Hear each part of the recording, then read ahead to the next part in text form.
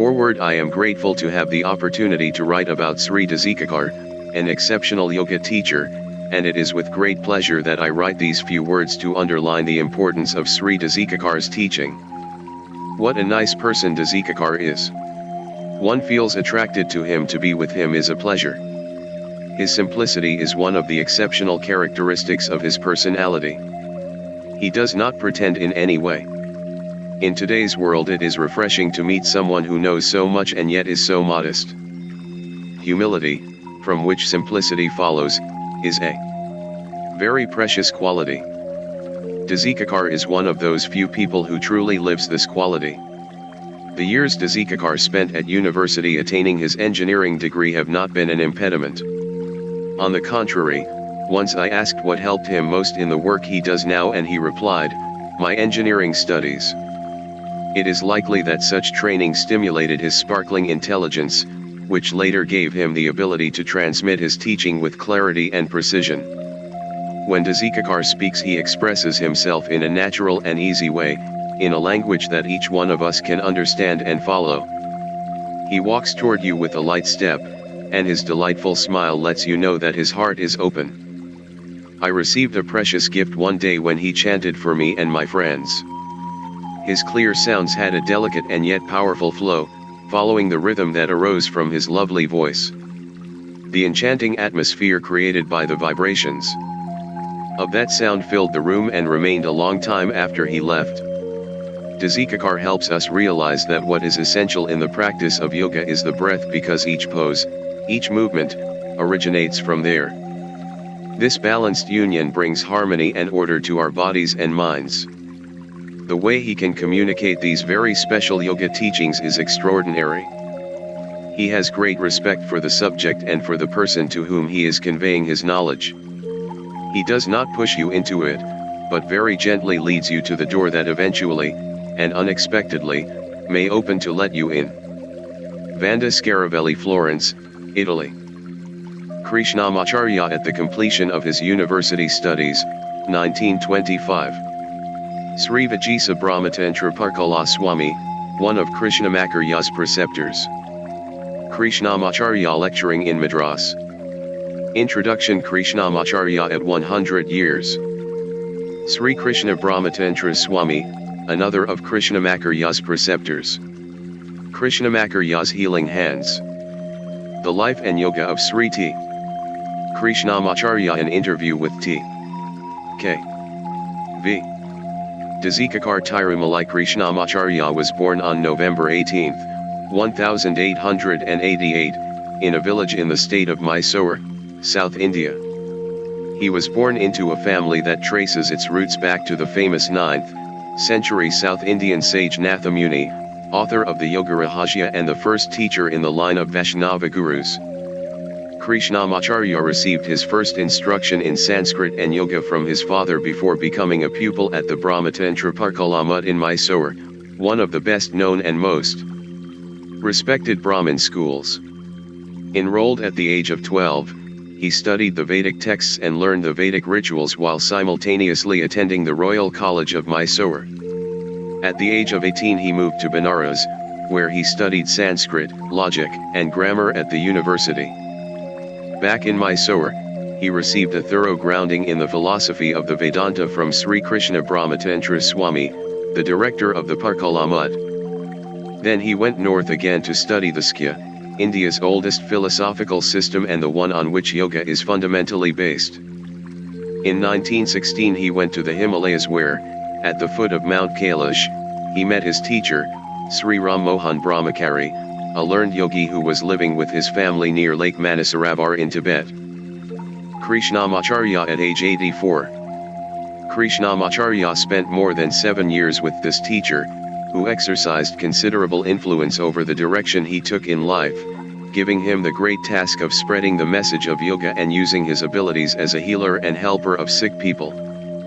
Consequently, Sri Krishnamacharya did not embark upon an academic career, but returned to the south where he studied Ayurveda, the traditional Indian healing system, as well as the philosophy of Nyaya, a Vedic school of logic recognized for its tools of inquiry and emphasis on discrimination gained by valid knowledge.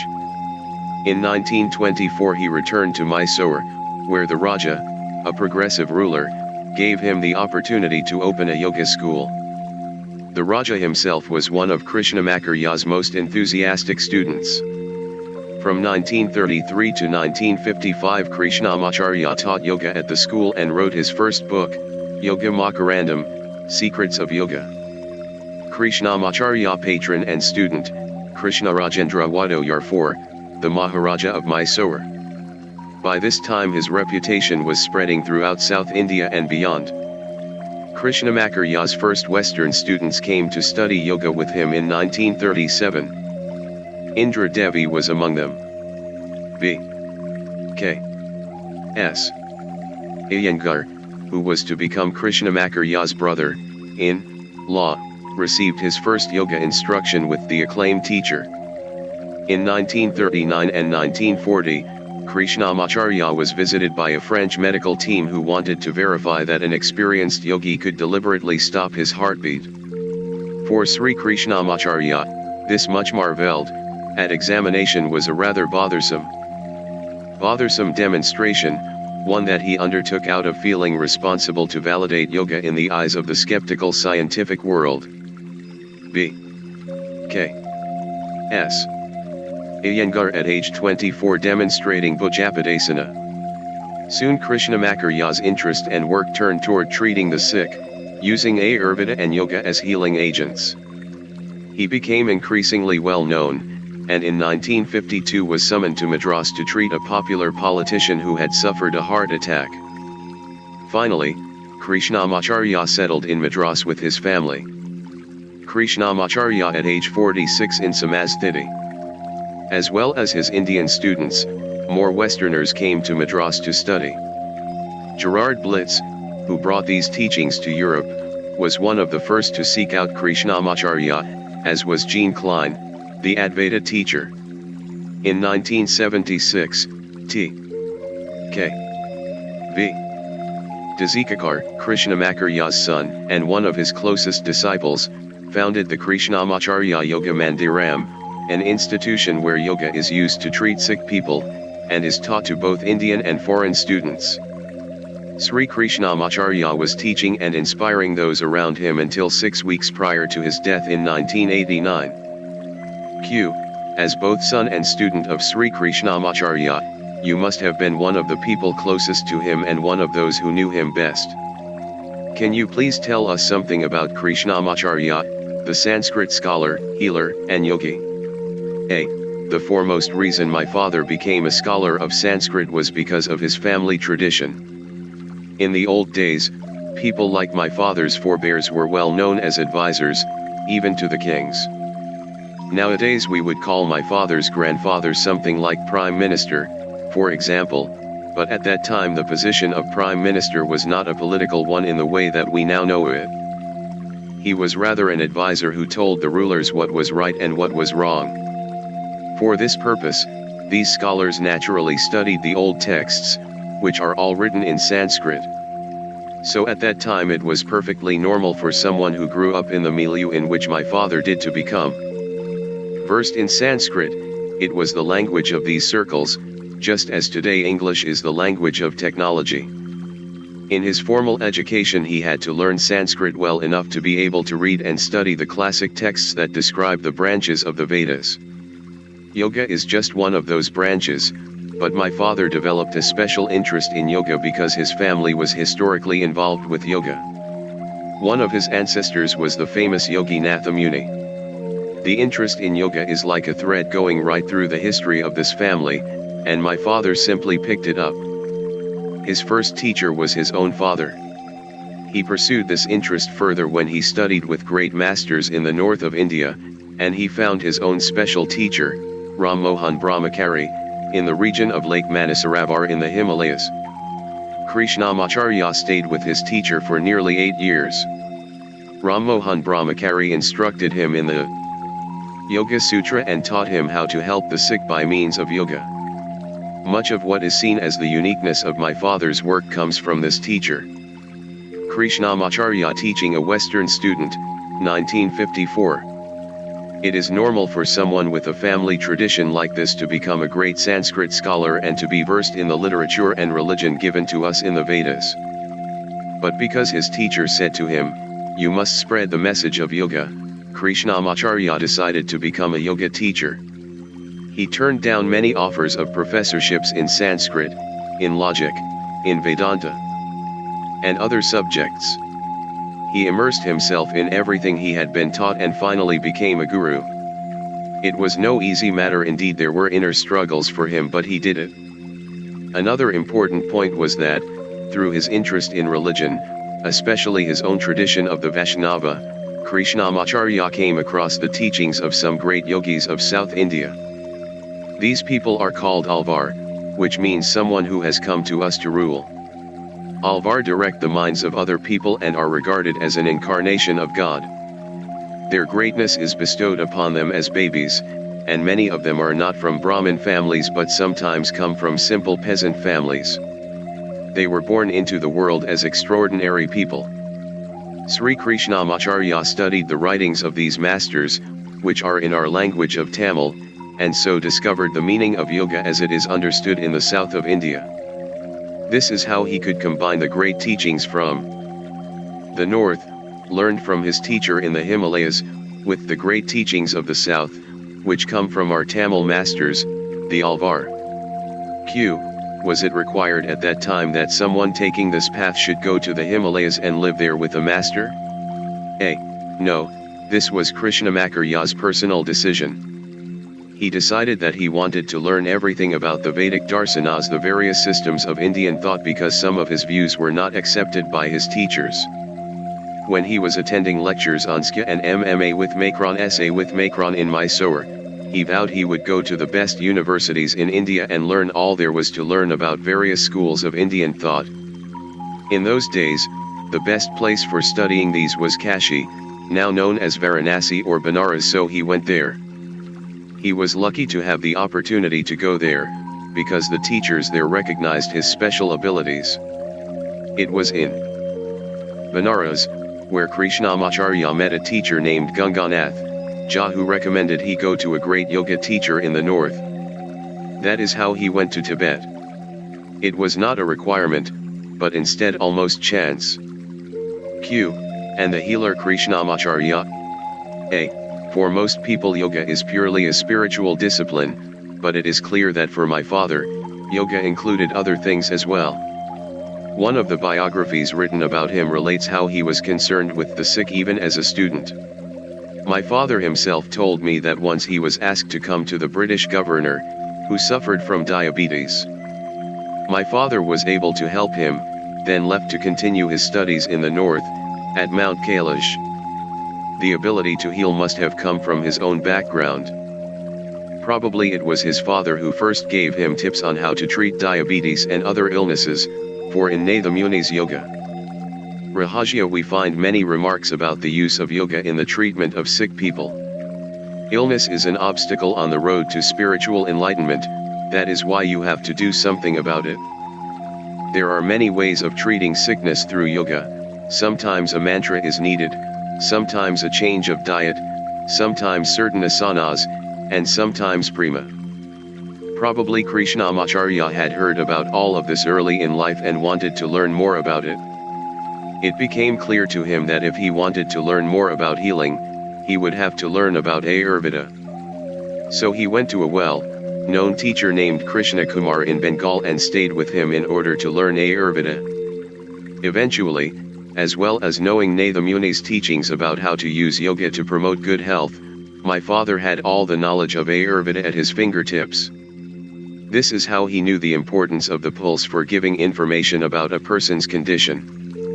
He learned this from masters as well as by studying the old texts on the subject. Krishnamacharya always took the pulse of anyone who came to him. One of the first things he taught me was how to take someone's pulse.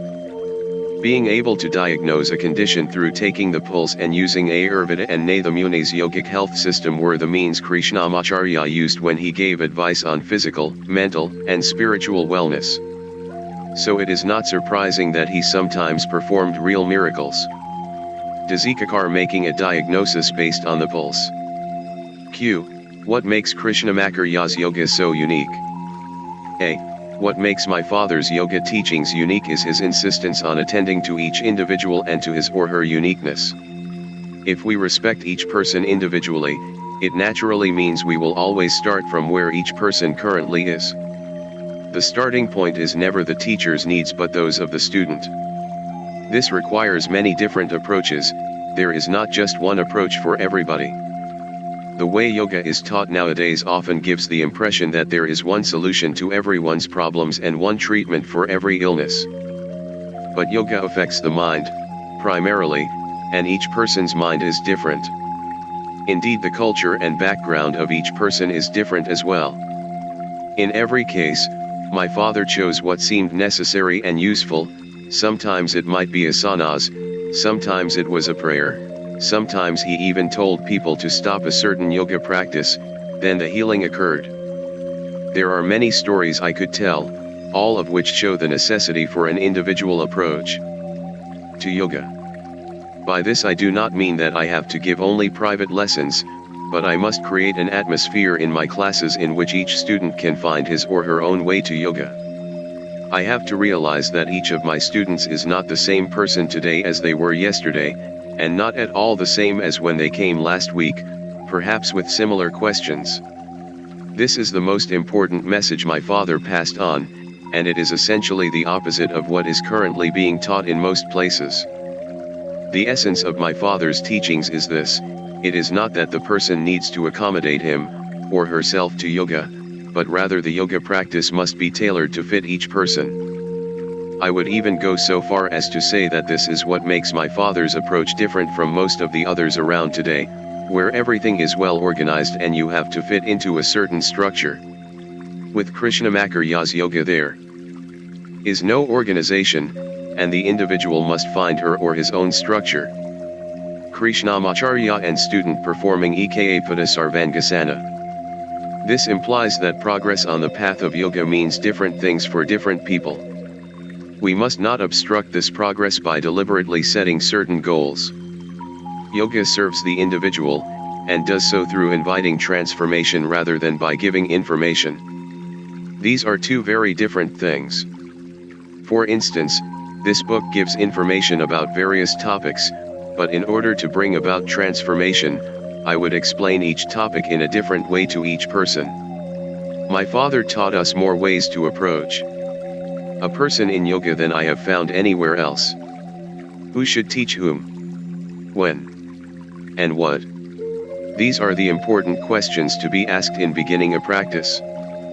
But underlying all these is the most important question of all: how can the power of the breath be utilized? That is something quite exceptional. Nowhere else is the breath given so much importance, and our work has proven that the breath is a wonder drug, if I may use this term. Dizikakar chanting with daughter Makalot, age 10, accompanying on the Veena, Germany, 1992. Q. As well as the breath, you, like your father, use many sounds and mantra. Mantra belong to the Indian tradition. Can we in the West relate to this aspect of Krishnamacharya's yoga? A. You must understand the word mantra correctly. It is not a Hindu symbol but rather something much more universal. It is something that can bring a person's mind to a higher plane. Sound has a lot of power, the voice has a tremendous influence. Just think about how an orator can capture an audience just by the way he speaks. In our Indian tradition we have made use of these qualities of sound. We use Sanskrit words, but your language too is made up of sounds. In India we use mantra because, by virtue of their religious tradition, they mean something to many people. But I would never use a mantra indiscriminately. We can always work within an individual's tradition. What is universally true is that sounds can have a powerful influence on us. Our work proves this again and again. Q. Can you say something about the concept of structuring your yoga practice intelligently, the concept of Visakrama? A. First I must ask, what do you mean by intelligently? You are probably familiar with the argument that doing the headstand brings more blood into the head. Somebody who has the feeling that the blood supply to the head is not good enough then comes to the conclusion that the headstand is the best asana for them. But first we should think this through. Do we all suffer from a deficient supply of blood to the head simply because we stand and walk upright? Suppose that someone is haunted by this idea so much that he begins to practice the headstand every day, if possible first thing in the morning, perhaps as the first or only asana. Our experience in working with all kinds of people has taught us that people who do this eventually suffer from enormous problems in the neck, that then result in great tension and stiffness in that area and a decreased supply of blood to the whole musculature of the neck, precisely the opposite of what they hoped they would achieve. An intelligent approach to yoga practice means that, before you begin, you are clear about the various aspects of the asana you wish to practice, and know how to prepare for them in such a way that you reduce or negate any undesired effects. With regard to the headstand, for example, the questions are, is my neck prepared for this? Can I breathe well in the asana? Is my back strong enough to raise the entire weight of my legs? To approach your practice intelligently means to know all the implications of what you want to do, whether that be asana or prima, and to make appropriate preparations and adjustments. It is not enough to jump if you want to reach the sky. Taking an intelligent approach means working toward your goal step by step. If you want to travel overseas, the first thing you need is a passport. Then you need visas for the countries you intend to visit, and so forth. The simple fact that you want to go there does not make the trip possible. All learning follows this pattern. Q. How did Krishnamacharya see the significance of asanas in the practice of yoga? A. My father never saw yoga simply as a physical practice. Yoga was much more about reaching the highest, which for him was God. So for Krishnamacharya, yoga meant taking steps that would lead to God in order to become one with God. This path demands much from those who follow it, a strong will, trust, and the ability to keep up one's efforts constantly. Illness is definitely not a good companion on the way, for it can distract the attention. Instead of being devoted to God, we can think only of our physical pains. The steps in yoga that are concerned with the physical body are steps that should enable us to go the whole way, not the other way around. It is not a matter of making the body the center of all activities, nor of depriving it altogether. Yoga for one person can mean becoming healthy again through the practice of asanas.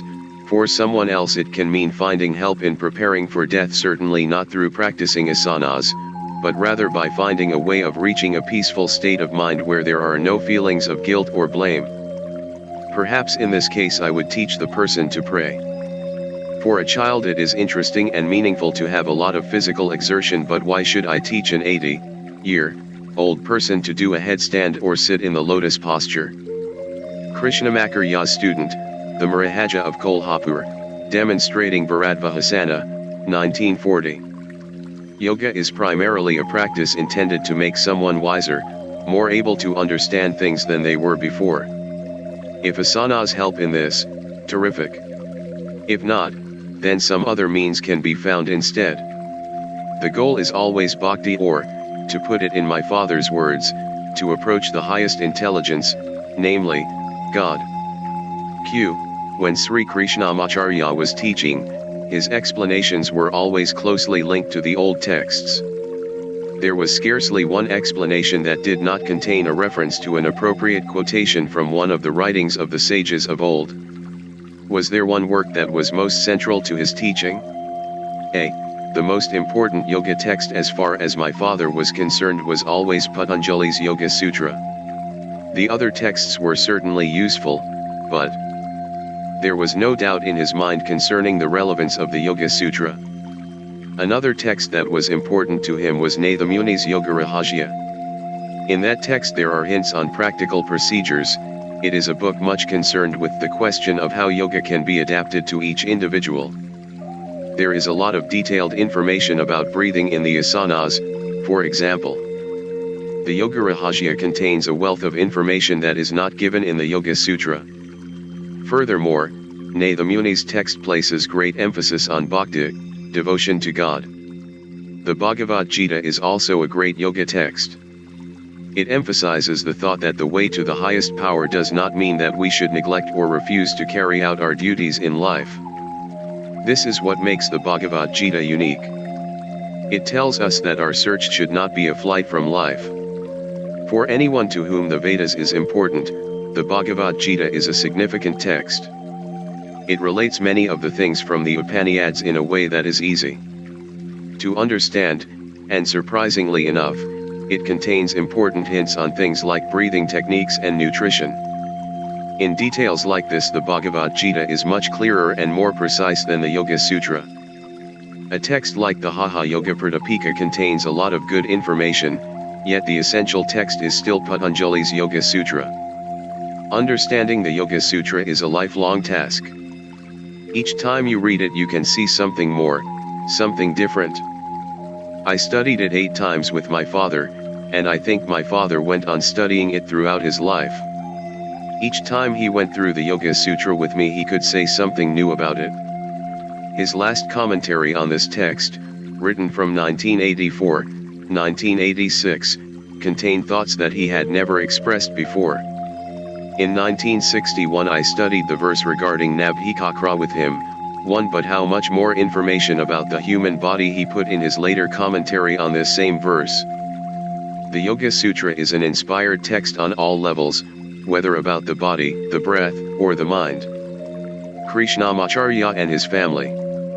Besides the Muni's Yoga Rahasya, which goes into more detail and emphasizes the theme of bhakti, the Yoga Sutra was the seminal text for Krishnamacharya. Q. Sri Krishnamacharya was a family man and had 6 children. Can you say a few words about his family life? A. My father was a very concerned person. He wanted all of us to do yoga and know everything. Everything he knew. At the same time, he found time to take care of our needs. I remember him taking us to the cinema when I was 8 years old. But somehow we children were much closer to our mother.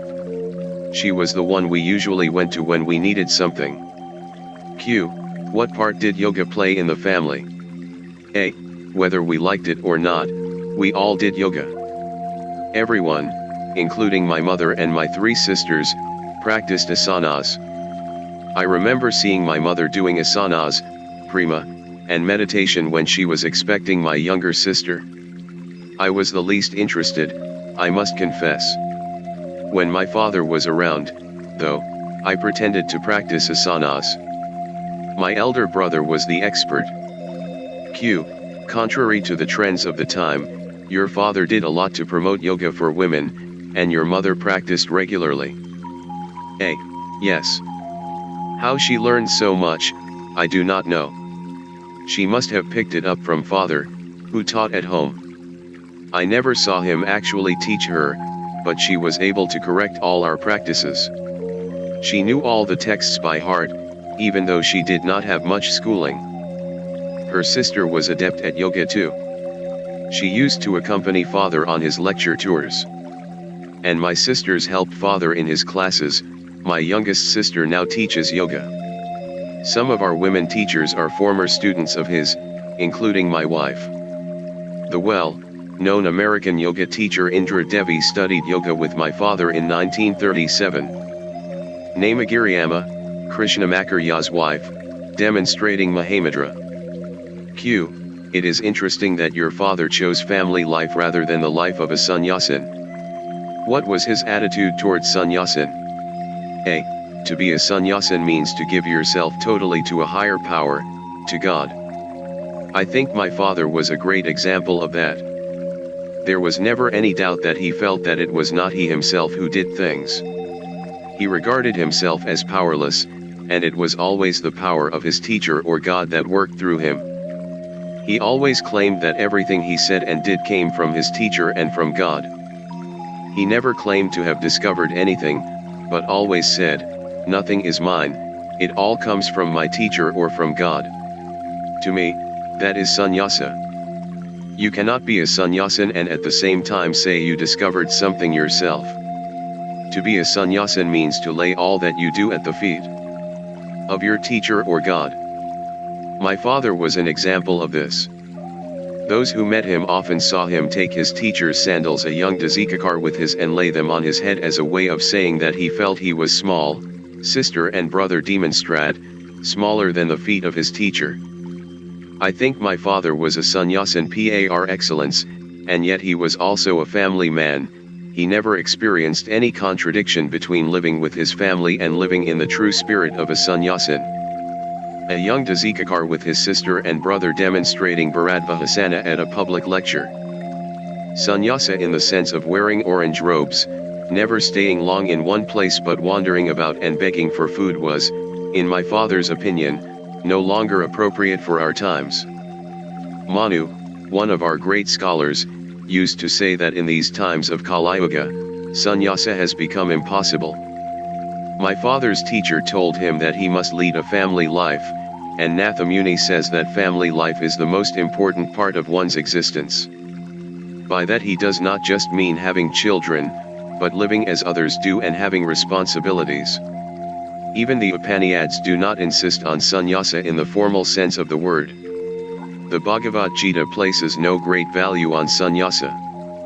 In it, Arjuna comes to see that he should involve himself in life and not run away from his tasks. Perhaps it is appropriate for those who have carried out all the tasks they have to do in the world to choose the way of sannyasa, but there are not many like this.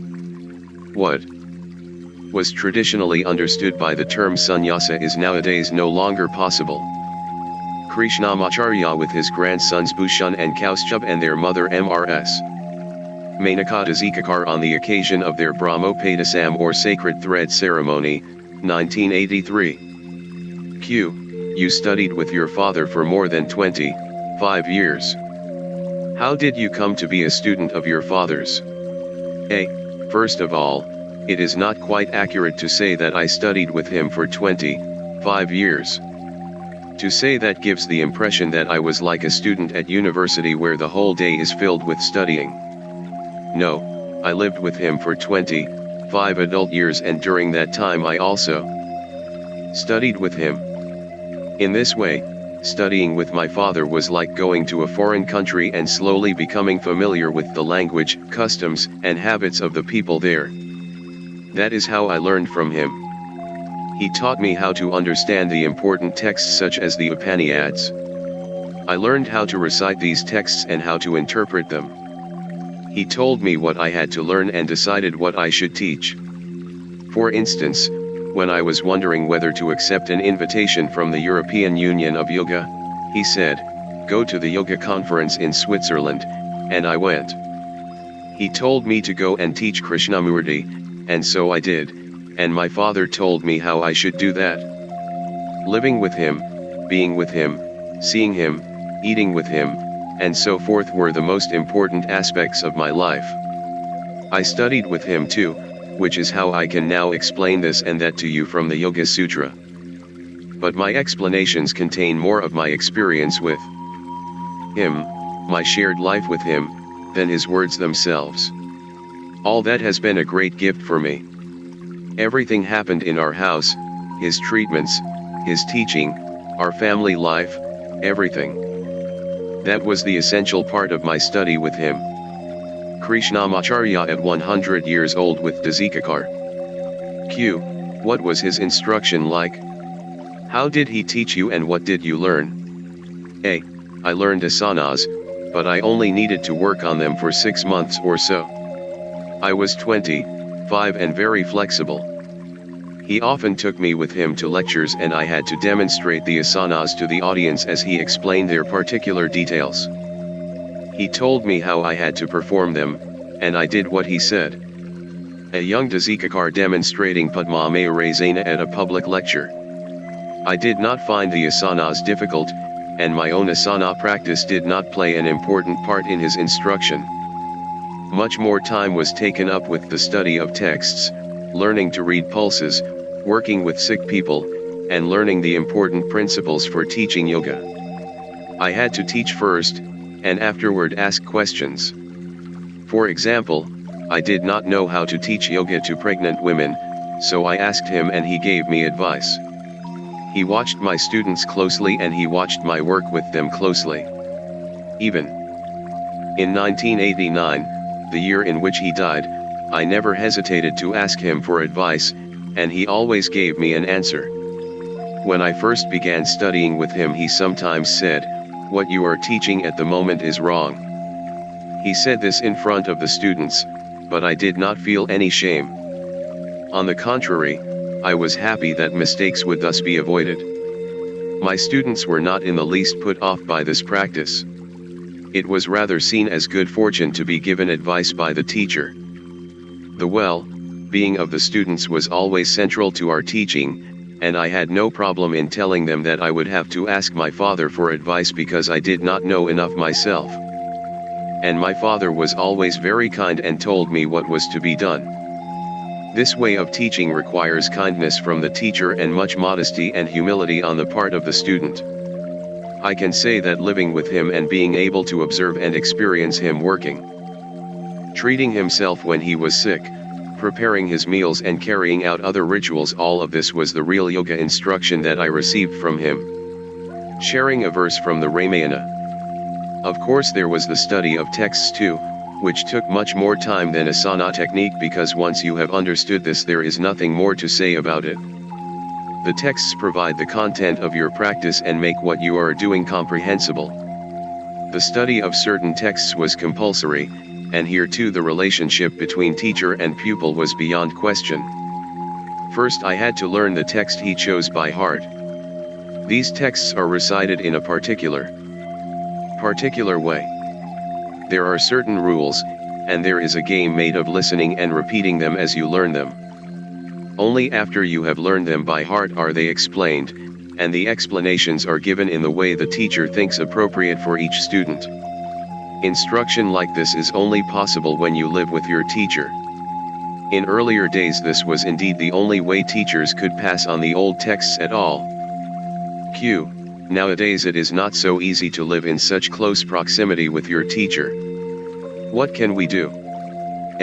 I see a great difference between the struggle my father had to follow his path and the comfort I had in learning yoga. He left his home and went north into Tibet, far away from his people and culture, and stayed there for 8 years. I scarcely had to take a couple of steps to receive my instruction. We lived in the same house. At first I divided my time between work and study. Perhaps I missed out on something by doing it like this, but my father wanted it this way. I think that we do not necessarily have to live with a teacher nowadays. We should rather work in our own environment and then meet our teacher from time to time in order to find a point of reference. Having a point of reference is absolutely necessary. We need somebody who can hold a mirror in front of us. Otherwise we very quickly begin to imagine that we are perfect and know it all. This personal connection cannot be replaced by books or videos. There must be a relationship, a real relationship, one that is based on trust. Can you tell us something about your relationship with your teacher? My father was my teacher and he was a very lovely person. We were 50 years apart in age, so there was a great difference between us. His education and background were very different from mine. But what I remember most is that he always came to my level in working with me. I am a Western, educated person and he was a traditional teacher. He saw that I was different, so he adapted his teachings to me. I took that as a great example of what we can do as teachers for others. The fact that I was his son never interfered in the relationship, even though the relationship between a father and a son is different from the relationship between a teacher and a student. We were living in the same house with all our family members and others. I was a slow learner and would do stupid things, yet he never gave me any indication that I was lacking. He would only say words in support of me, such as, "You do not have the background I have," and he would patiently persevere with me. Was the father/son relationship there also? When he was a teacher, he was a teacher. He would expect me to be on time. If he asked me to sit, I would sit. That is the Indian tradition. He had the ability to separate the teacher relationship from the father relationship. I also spent a lot of time as his son, doing the natural things that a father and son do together. There is much interest these days in understanding non-dualism. Some teachers say that is all that is needed. What is the difference between the way your father taught and Advaita Vedanta? My father said about Advaita, and I quote, "The word Advaita has two parts, A and Dvaita. So to realize Advaita we should first realize Dvaita. It is a very interesting idea. In other words, to realize Advaita, non-dualism, one must first realize Dvaita, dualism. We must start with the reality of our situation. Most of us are in dualism, and we have to accept duality and start from duality. Before it can become one, before we can know non-duality. Imagine, if there were only one, then there would not be the word or the concept of Advaita. The concept of Advaita itself implies two. Yoga links the two, and through this link the two become one. That is Advaita. So yoga is the step toward Advaita. The two must be recognized, then brought together, otherwise even the Advaita idea becomes an object. The moment I say I am an Advaitin, I am making the word Advaita into an object and I create division in myself. Yoga is the method and the approach to make this great realization a reality. That is why the greatest teacher of Advaita Vedanta commented on the Yoga Sutra, explaining the importance of yoga and emphasizing the importance of such things as nada sound and bandha body lock. He spoke of yoga as an important means for reaching that goal called Advaita. Father and son. Many of today's spiritual organizations teach some form of yoga as part of their recommended path. But many of these yoga practices seem to be quite different from your father's recommendations, or they seem to emphasize certain aspects. What finally matters is what a person perceives. If somebody is happier through what these great organizations provide, then membership is right for that person. I have good friends who have greatly benefited from belonging to such organizations. They are not my students, but they have learned to practice yoga in my father's way. Their lives in these organizations have become much richer and brighter through practicing yoga. There is a wide variety of yoga practices taught, and talk of many different kinds of yoga. Why is this? Because yoga is not fixed. Yoga is creation. I know the way that you teach will be different from the way I teach, and the way I teach is different from the way my father taught. We all have different experiences, different backgrounds, different perspectives on yoga and why it is important for us. So it is not a surprise that different people find different things through the same yoga teaching. Even in our own yoga institution, different teachers will teach in different ways according to their own perspective and priorities and interests in yoga. The Yoga Sutra says that each person gets different things from the same teaching based on his or her own perspective. There is nothing wrong with this. This is how it is. It seems a little unusual, however, that several teachers, all of whom were students of your father, Krishnamacharya, have very different methods of teaching. Well, here there are two questions. How long was their association with my father? And how much did they have to be on their own when they were called upon to teach? My association with my father was very long. I observed him teaching others at different stages of his life from 1960 to almost the end of his life. He was teaching different people in different ways according to their needs, their age, their health, and so on. This taught me a lot of things. Further, for those 30 years I was exposed to many aspects of his teaching. I had the real thing day after day, so I could absorb much of his teaching, and at the same time I could always go back to him with questions and case studies. In that way he would help me with my teaching. Take your own case, for example. If you had some health problem, I could easily go and ask my father for help. So I had an enormous exposure that others who are now teaching were not able to enjoy. When called upon they found other ways of teaching, which is fine. Q.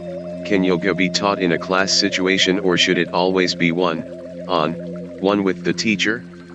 A. Many things can be taught in a class situation.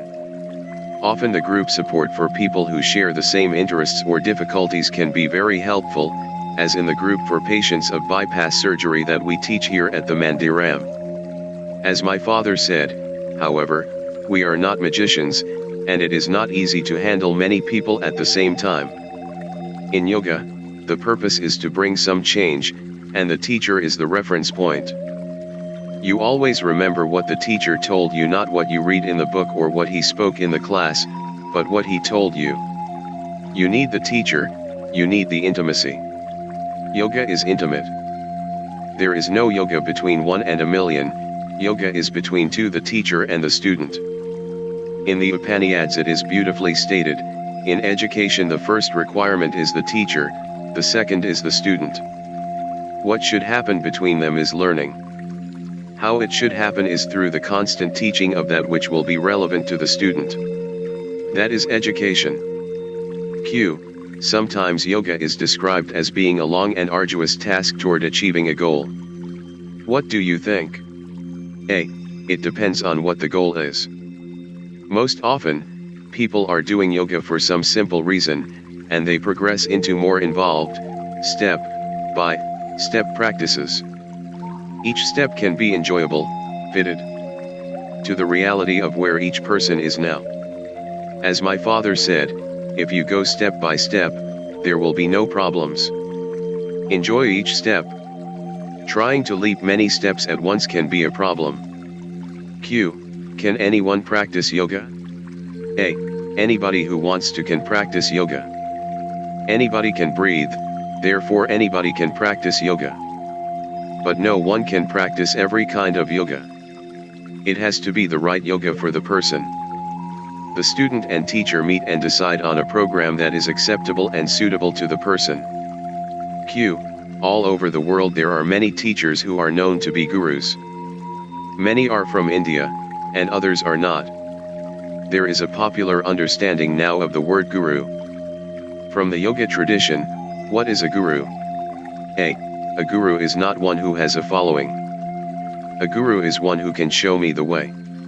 Suppose I'm in the forest and somehow I've lost my way.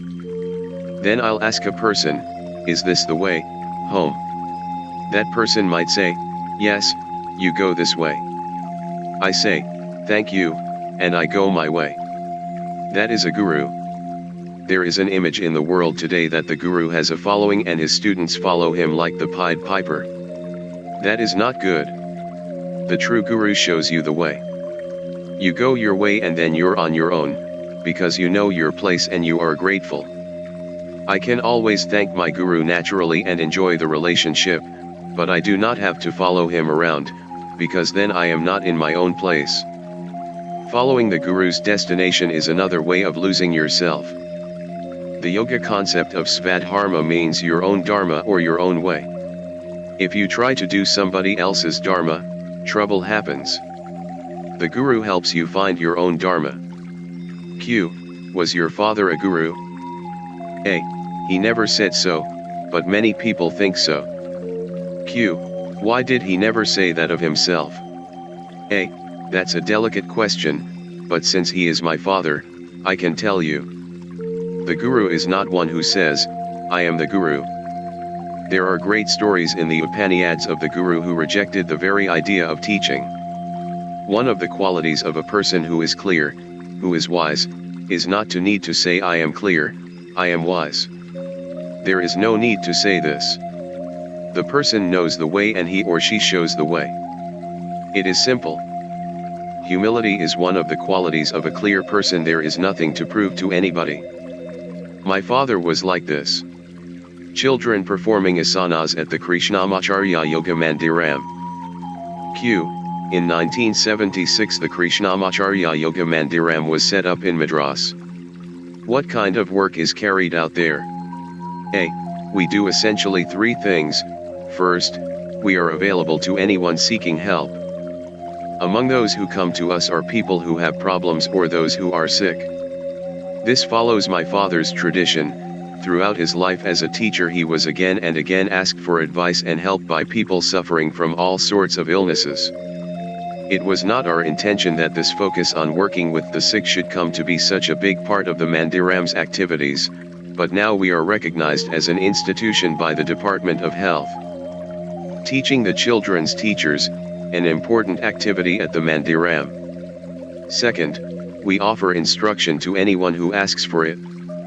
If someone wants to know about yoga, they can come and learn here. By instruction I do not mean just instruction in asanas. Yoga instruction at the Mandiram includes learning about the whole spiritual and cultural heritage of India. We give classes in the recitation of Vedic texts, and there are classes on the important ancient texts such as the Upanishads, the Yoga Sutra, and the Yoga Rahasya. The third area in which we work is in research and study projects. More by chance than anything else, we have begun asking ourselves how the various aspects of yoga can be investigated more closely. We are doing this so as to make our work in some way or other more comparable with other systems. For example, we have carried out research on the treatment of back pain, and on our work with mentally handicapped people. Another project on which we are working is how to present my father's teachings to the public. Dazikakar teaching. Krishnamacharya, 1966. Krishnamacharya with his son Shribhajiam in Ardhadanurasana. Krishnamacharya with student in Trikonasana. Part I. The practice of yoga. Krishnamacharya lecturing while a student demonstrates Sarvangasana. Krishnamacharya at age 46 demonstrating Athita Parasvakosana. A young Dazikakar demonstrates Vimanasana. Krishnamacharya in Svastikasana. Krishnamacharya demonstrating a variation of Vajrasana. Krishnamacharya in Samasthiti. 1. Yoga, concept and meaning. To begin, I should like to share some thoughts that might help us understand the many different meanings of the word yoga.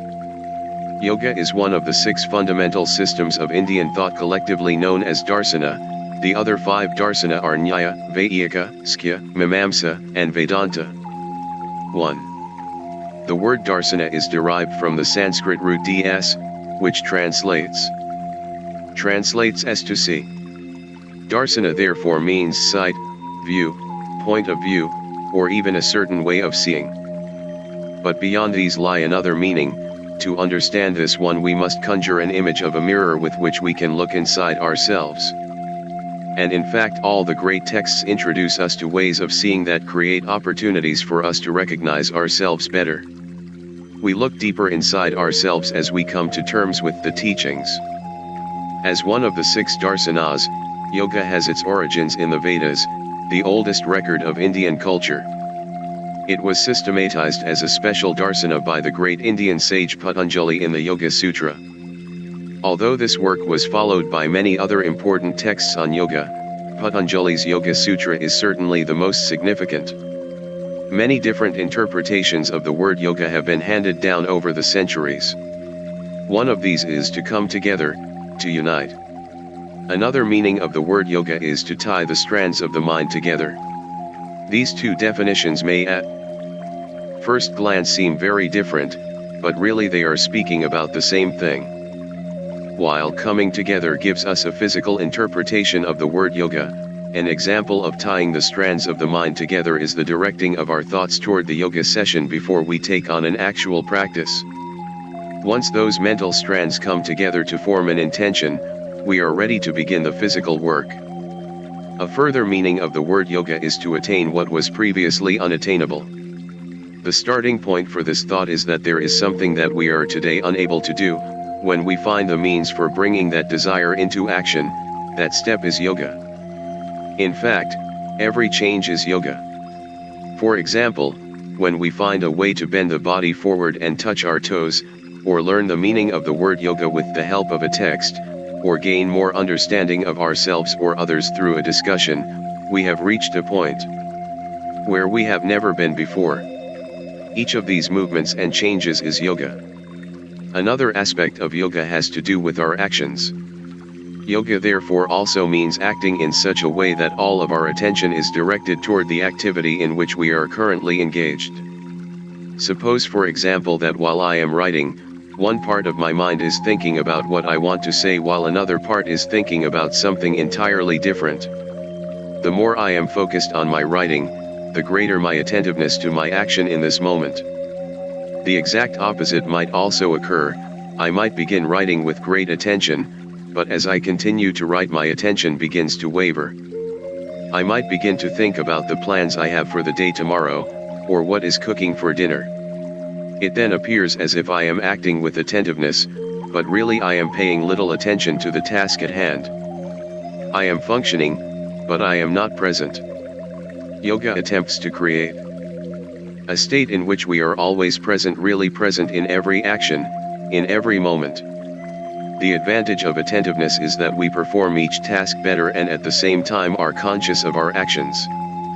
The possibility of making mistakes becomes correspondingly smaller the more our attention develops. When we are attentive to our actions, we are not prisoners to our habits. We do not need to do something today simply because we did it yesterday.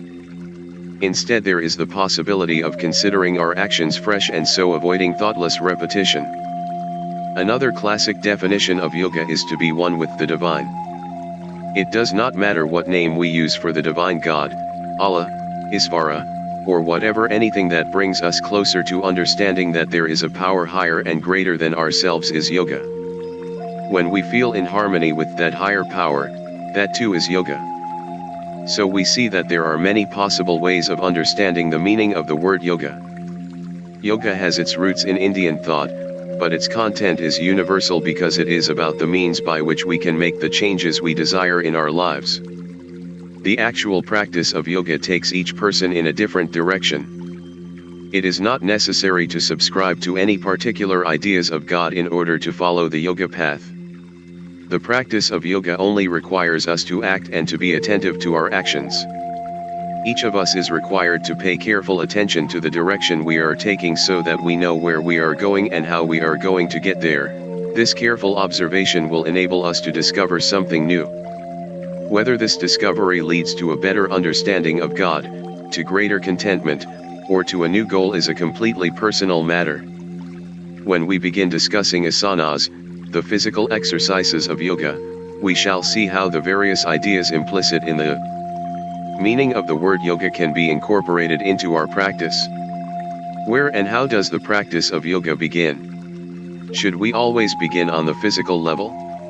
I would say that where we begin depends on our personal interests. There are many ways of practicing yoga, and gradually the interest in one path will lead to another. So it could be that we begin by studying the Yoga Sutra or by meditating. Or we may instead begin with practicing asanas and so start to understand yoga through the experience of the body. We can also begin with prema, feeling the breath as the movement of our inner being. There are no prescriptions regarding where and how our practice should begin. Books or yoga classes often give the impression that there are prerequisites for the study of yoga. We may be told that we should not smoke, or that we should be vegetarian, or that we should give away all our worldly goods. Such ways of behaving are admirable only if they originate within us, and they may as a result of yoga, but not if they are imposed from outside. For instance, many people who smoke give up the habit once they begin a yoga practice. As a result of their practice, they no longer want to smoke. They do not give up smoking in order to practice yoga. We begin where we are and how we are, and whatever happens, happens. When we begin studying yoga, whether by way of asanas, prema, meditation, or studying the Yoga Sutra, the way in which we learn is the same. The more we progress, the more we become aware of the holistic nature of our being, realizing that we are made of body, breath, mind, and more. Many people who start studying yoga by practicing asanas continue to learn more poses until the only meaning of yoga for them lies in physical exercise. We can liken this to a man who strengthens only one arm and lets the other one become weak. Similarly, there are people who intellectualize the idea of yoga. They write wonderful books and speak brilliantly about complicated ideas such as Prakriti and Atman, but when they are writing or speaking they cannot sit erect for even a few minutes. So let us not forget, we can begin practicing yoga from any starting point, but if we are to be complete human beings we must incorporate all aspects of ourselves, and do so step by step. In the Yoga Sutra, Patanjali emphasizes all aspects of human life, including our relationships with others, our behavior, our health, our breathing, and our meditation path. Krishnamacharya demonstrating eka pada urdhva prastapadasana variations. To the foundations of yoga practice. To explain yoga I shall refer to the ideas expressed in Patanjali's Yoga Sutra, the guide to yogic practice that I prefer to any other text on yoga. In a certain way the Yoga Sutra is more universal than any other text because it focuses on the mind, what its qualities are and how we can influence it. As defined in the Yoga Sutra, yoga is the ability to direct the mind without distraction or interruption.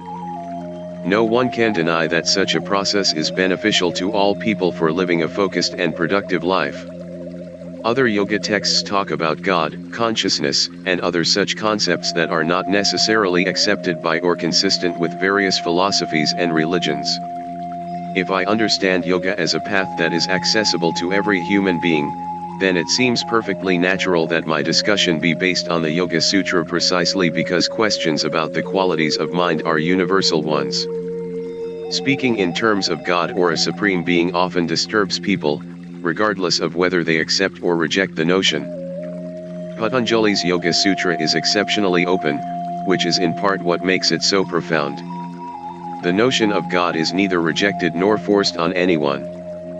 For this reason I think the Yoga Sutra makes yoga more comprehensible than any other text. Perception and action. An important concept from Patanjali's Yoga Sutra has to do with the way we perceive things, and it explains why we are always getting into difficulties in life. If we know how we create such problems, we can also learn how to free ourselves of them. How does our perception work? We often determine that we have seen a situation correctly and act according to that perception. In reality, however, we have deceived ourselves, and our actions may thus bring misfortune to ourselves or others. Just as difficult is the situation in which we doubt our understanding of a situation when it is actually correct, and for that reason we take no action, even though doing so would be beneficial. The Yoga Sutra uses the term avidya to describe these two ends of the spectrum of experience. Avidya literally means incorrect comprehension, describing a false perception or a misapprehension. Misapprehension. Avidya confuses the gross with the subtle. The opposite of avidya is vidya, correct understanding. Now what is this avidya that is so deeply rooted in us? Avidya can be understood as the accumulated result of our many unconscious actions, the actions and ways of perceiving that we have been mechanically carrying out for years.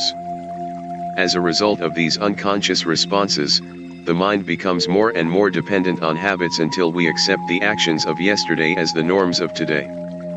Such habituation in our action and perception is called saskara. These habits cover the mind with avidya, as if obscuring the clarity of consciousness with a filmy layer. If we are sure we do not clearly understand a given situation, generally speaking we do not act decisively. But if we are clear in our understanding we will act and it will go well for us. Such an action stems from a deep level of perception.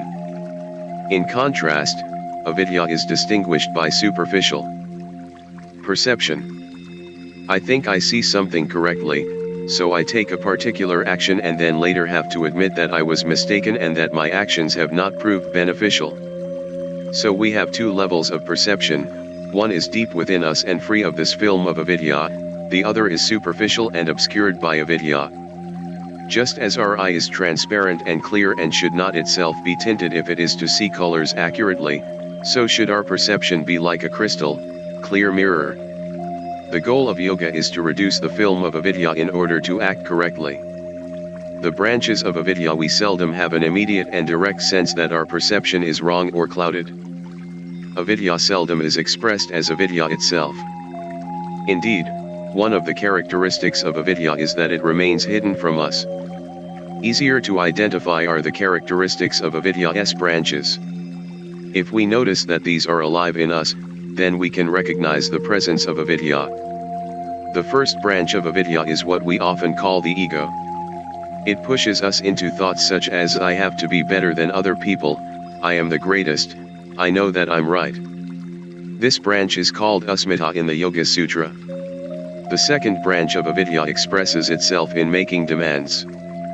This branch is called raga. We want something today because it was pleasant yesterday, not because we really need it today. Yesterday I had a glass of fruit juice that tasted delicious and gave me the energy I needed. Today something in me says, I want another glass of this sweet juice, even though I do not really need it today and it may not even be good for me. We want things we do not have. What we do have is not enough and we want more of it. We want to keep what we are asked to give away. This is raga. But the third branch of avidya, is in a certain way the opposite of raga.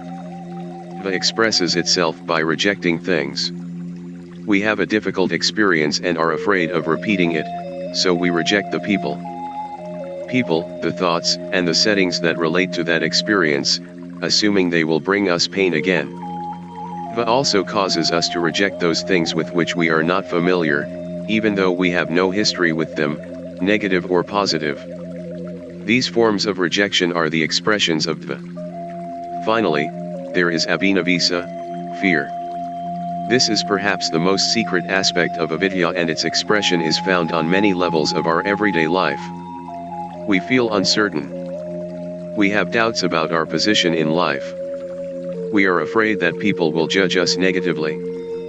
We feel uncertain when our lifestyle is upset. We do not want to grow old. All these feelings are expressions of abhinavisa, the fourth branch of avidya. These four branches of avidya, singly or together, cloud our perceptions. Through them avidya is constantly active in our subconscious mind and as a result of this activity we end up feeling dissatisfied. For example, if asanas are being practiced in a class, we have a tendency to compare ourselves with others. We notice that someone is more limber than we are, and that comparison creates dissatisfaction. Yet the practice of asanas is not a sporting contest. Just because one person can bend forward further than another does not necessarily mean that she is more advanced in her yoga practice. Such comparisons lead to a satisfaction that relies on a feeling of superiority, or to a dissatisfaction that stems from a sense of inferiority. Such dissatisfaction often weighs so heavily upon us that it constantly haunts us and will not leave us alone. In both cases the origin of our feelings remains hidden from us. Let me give you another example of the persistence of avidya. Suppose I make a mistake in a discussion regarding the Yoga Sutra. Normally I would admit to the mistake and apologize. This time when my friend says that my opinions on this great text are wrong, I feel a pain deep inside myself. I feel sick. Perhaps, under the influence of asmita, I try to prove that my friend is wrong and I am right. Or abhinavisa may impel me to withdraw from the situation altogether. Either way, I reject that which challenges me instead of accepting the criticism and learning from the situation. Figure 1, avidya is the root cause of the obstacles that prevent us from recognizing things as they really are. The obstacles are asmita, ego, raga, attachment, dva, refusal, and abhinavisa, fear. As long as the branches of avidya are expanding, there is a great chance that we will make false moves because we do not weigh things carefully and make sound judgments. When we perceive that problems have somehow arisen, we can assume that avidya was instrumental in their making. Yoga decreases the effects of avidya so that true understanding can take place. We notice avidya more by its absence than its presence. When we see something correctly, there is a profound peace inside us. We feel no tension, no unrest, no agitation. For instance, when I am conscious of speaking slowly, I sense that there is a spring from which quietness comes, and vidya, clear understanding, is within me. But if I am not certain about what I am saying, I tend to speak too fast. I use unnecessary words and I might break off my sentences. So when our understanding is clear, we feel quietness and calmness deep within us. Constancy and change. If we subscribe to yogic concepts, then everything that we see, experience, and feel is not illusion, it is true and real. Everything is real, including dreams, ideas, and fantasies. Even avidya itself is real. This concept is called sattvada. Although in yoga everything we see and experience is true and real, all form and all content are in a constant state of flux. This concept of continual change is known as Paramavda. The way we see things today does not have to be the way we saw them yesterday. That is because the situations, our relationship to them, and we ourselves have all changed in the interim. This notion of constant change suggests that we do not have to be discouraged by the existence of avidya. If things go badly, they can always change for the better. Of course, they could always get worse too. We never know what may happen in life, and that is why it is important to be attentive. Whether things get better or worse depends to a considerable extent on our own actions. The recommendation of a regular yoga practice follows the principle that through practice we can learn to stay present in every moment, and thereby achieve much that we were previously incapable of. Yoga subscribes to the notion that deep within us there is something that is also very real but, unlike everything else, is not subject to change. We call this wellspring purua ordra, meaning that which sees or that which can see correctly. When we are swimming in a river and cannot see the bank, it is difficult to notice the current. We are moving so much with the river that we may scarcely see its flow. But if we go to the bank where we have firm ground, it is much easier to see how the river is flowing. Purua denotes the position from which we can see. It is the power in us that enables us to perceive with accuracy. The practice of yoga encourages this unhampered seeing to simply happen. As long as our mind is covered by avidya, our perceptions are clouded. It is when we feel quietness deep within us that we know we truly understand, and it is this kind of understanding that can have a strong, positive effect on our lives by leading us to right action. This true understanding, which results from decreasing avidya, does not usually occur spontaneously. The body and mind are used to certain patterns of perception, and these tend to change gradually through yoga practice. It is said in the Yoga Sutra that people alternately experience waves of clarity and cloudiness when first beginning a yoga practice. That is, we go through periods of clarity followed by times in which our mind and perception are quite lacking in clarity. Over time there will be less cloudiness and more clarity. Recognizing this shift is a way to measure our progress. One may ask, is it an expression of asmita, the ego, when someone begins yoga because he or she wants to be better? Such a question may lead us to important discoveries about the meaning of avidya. We are subject to avidya, and when we notice that directly or indirectly it becomes clear to us that we have to do something about it. Sometimes our first step is the need to become better or feel more accomplished. It is no different from someone saying, I am poor, but I'd like to become rich, or I'd like to become a doctor. I doubt that there is anyone who really does not want to improve himself, and even if our first step springs from the desire to become better and is therefore rooted in the ego, it is still a right step because it takes us onto the first rung of the yoga ladder. Furthermore, we do not stay permanently committed to this initial goal of self-improvement. According to the Yoga Sutra, the recognition and conquest of avidya and its effects is the only ladder by which we can climb upward. The goal of wanting to make something better may be the first rung on the ladder. And it is indeed true that by practicing yoga we gradually improve our ability to concentrate and to be independent. We improve our health, our relationships, and everything we do. If we could begin above this first rung, this desire for self-betterment, then perhaps we would not need yoga. How can we climb this ladder? In Patanjali's Yoga Sutra, 3 things are recommended to help us do this. The first is tapas. Tapas comes from the root word tap, to heat or cleanse. Tapas is a means by which we can keep ourselves healthy and cleanse ourselves inwardly. Tapas is often described as penance, mortification, and a strict diet. But its meaning in the Yoga Sutra is the practice of asanas and prima, that is, the physical and breathing exercises of yoga. These exercises help get rid of blocks and impurities in our system as well as giving us other benefits. By practicing asanas and prima we are able to influence our whole system. It is the same principle as heating gold in order to purify it. The second means by which we can discover the state of yoga is svadhyaya. Sva means self and adhyaya translates as study or investigation. With the help of svadhyaya we get to know ourselves. Who are we? What are we? What is our relationship to the world? It is not enough to keep ourselves healthy. We should know who we are and how we relate to other people. That is not easy, for we do not have such a clear mirror for our minds as we do for our bodies. But we can see a reflection of our mind as we read and study certain texts, as we discuss them and reflect upon them. That is especially so with great works such as the Yoga Sutra, the Bible, the Mahabharata, and the Quran. By studying texts like these we can see ourselves. The third possible way suggested in the Yoga Sutra to approach the state of yoga is Isvara Pranidhana. Usually this term is interpreted as love of God, but it also means a certain quality of action.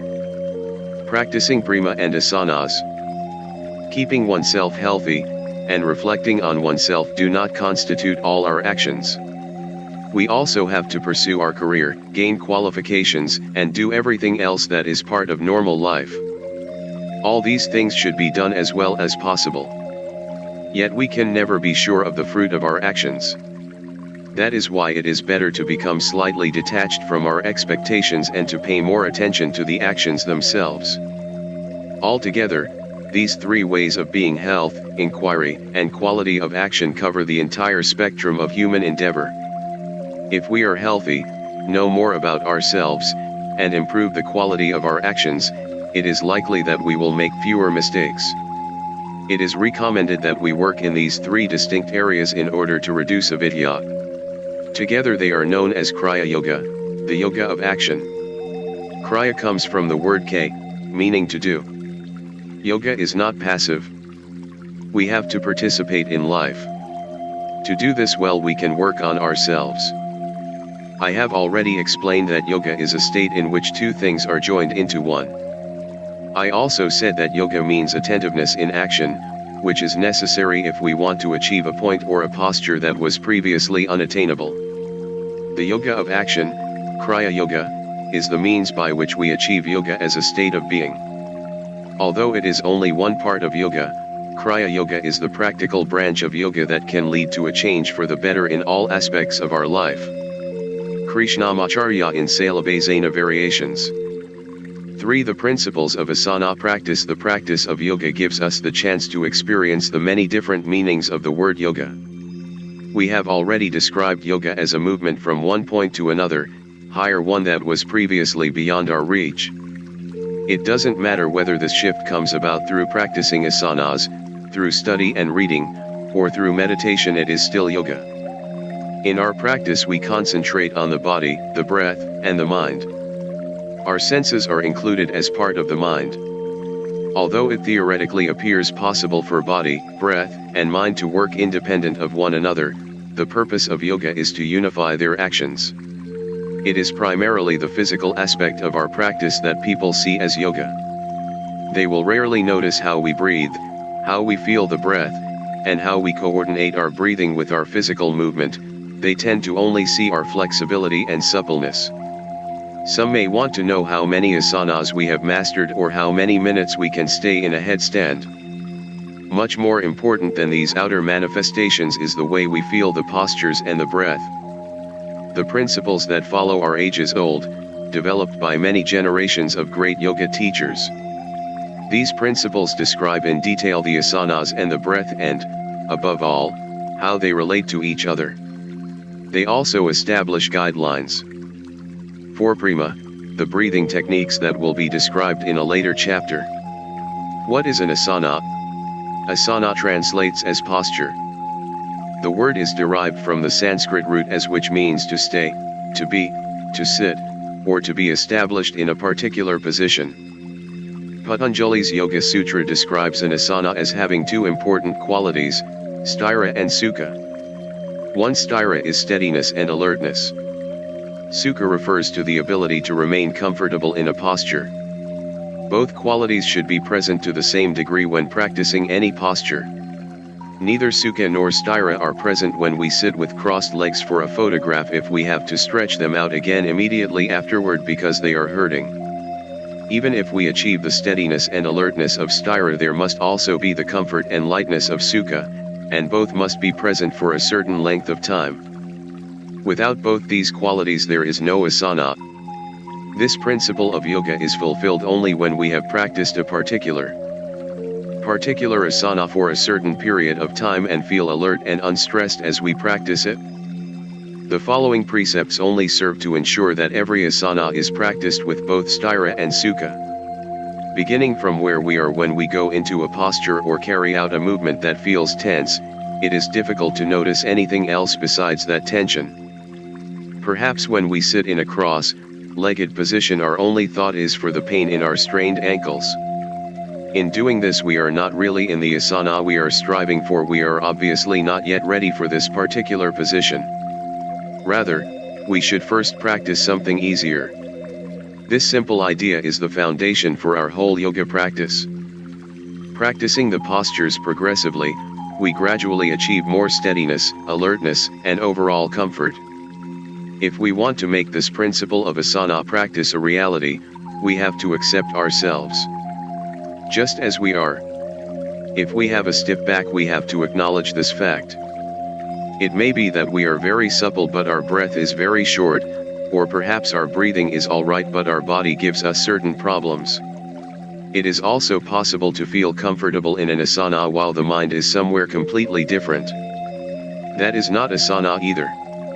It is only possible to find the qualities that are essential to asana if we recognize our own starting point and learn to accept it. Joining breath with movement yoga is as much a practice involving breath as it is involving the body. The quality of our breath is extremely important because it expresses our inner feelings. If we are in pain, it shows in our breathing. If we are distracted, we lose control of our breathing. The breath is the link between the inner and outer body. It is only by bringing body, breath, and mind into unison that we realize the true quality of an asana.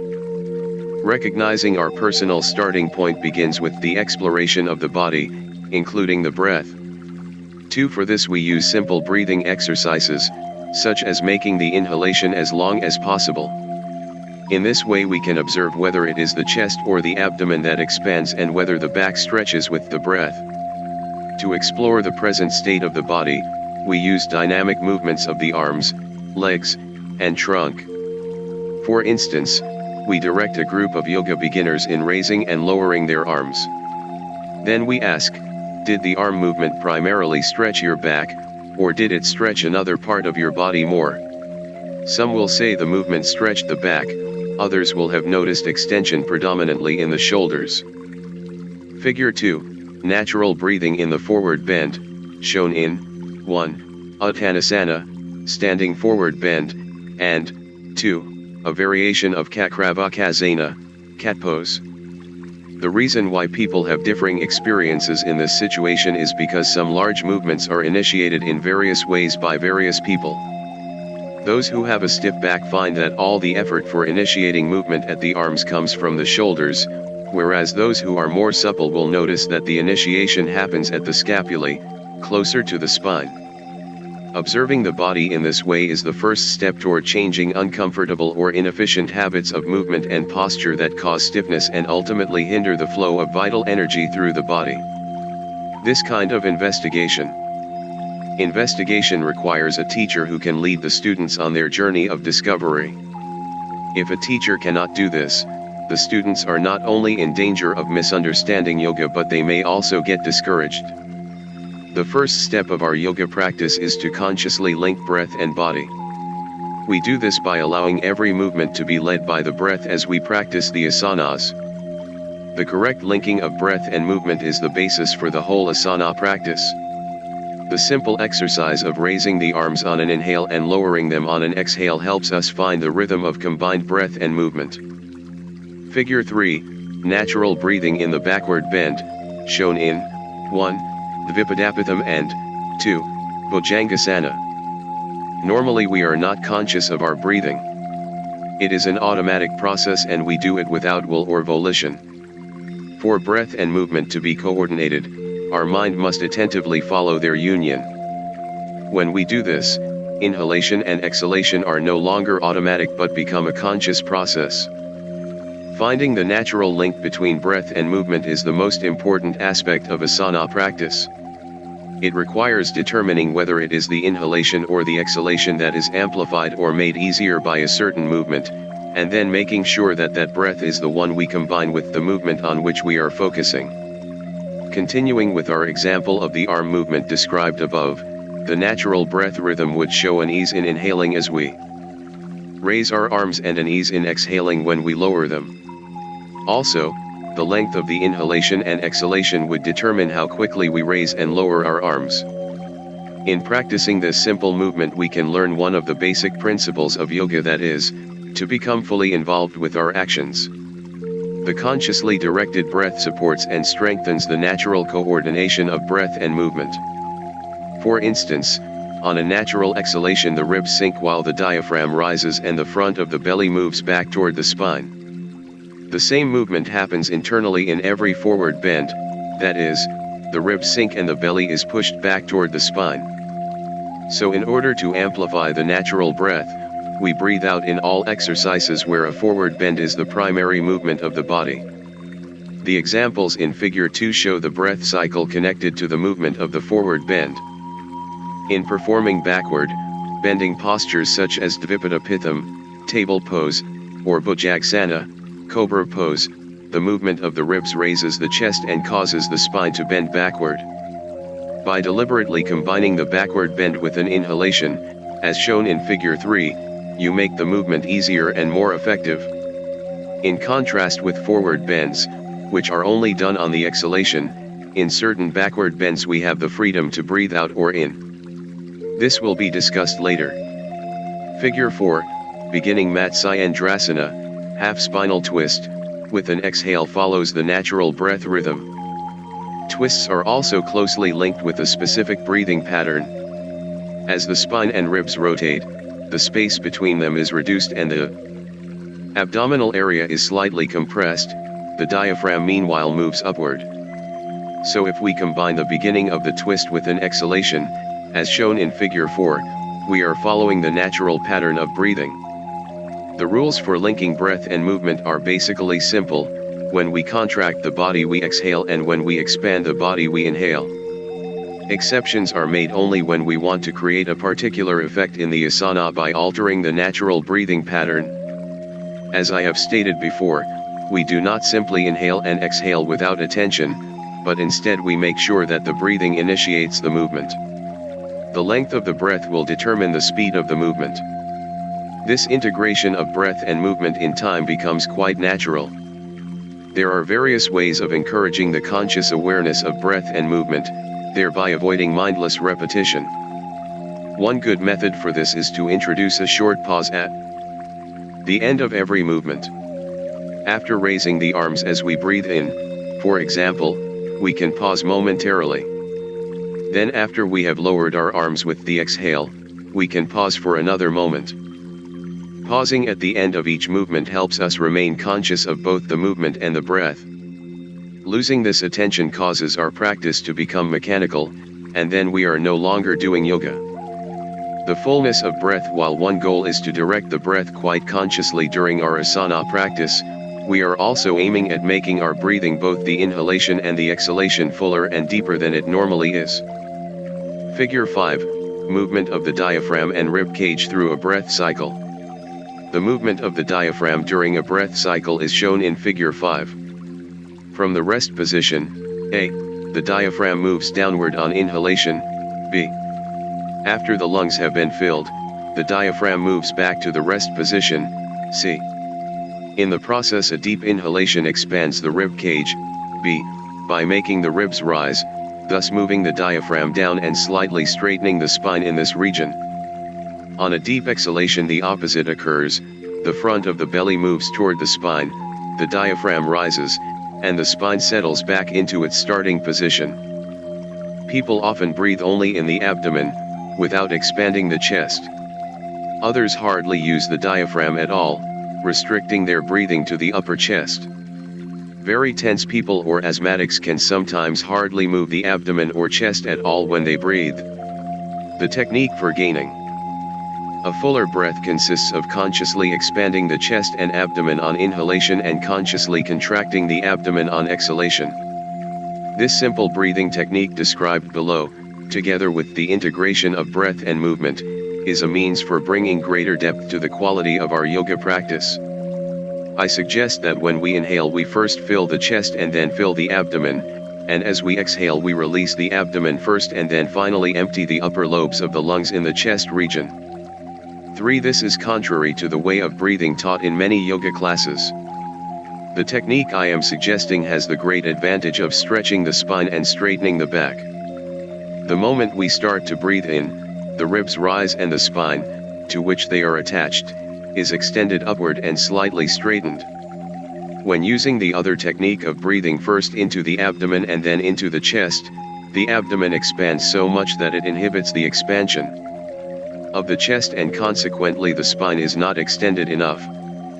As well, the abdominal organs are pressed down rather than the diaphragm being given room to move freely by the rising action of the chest.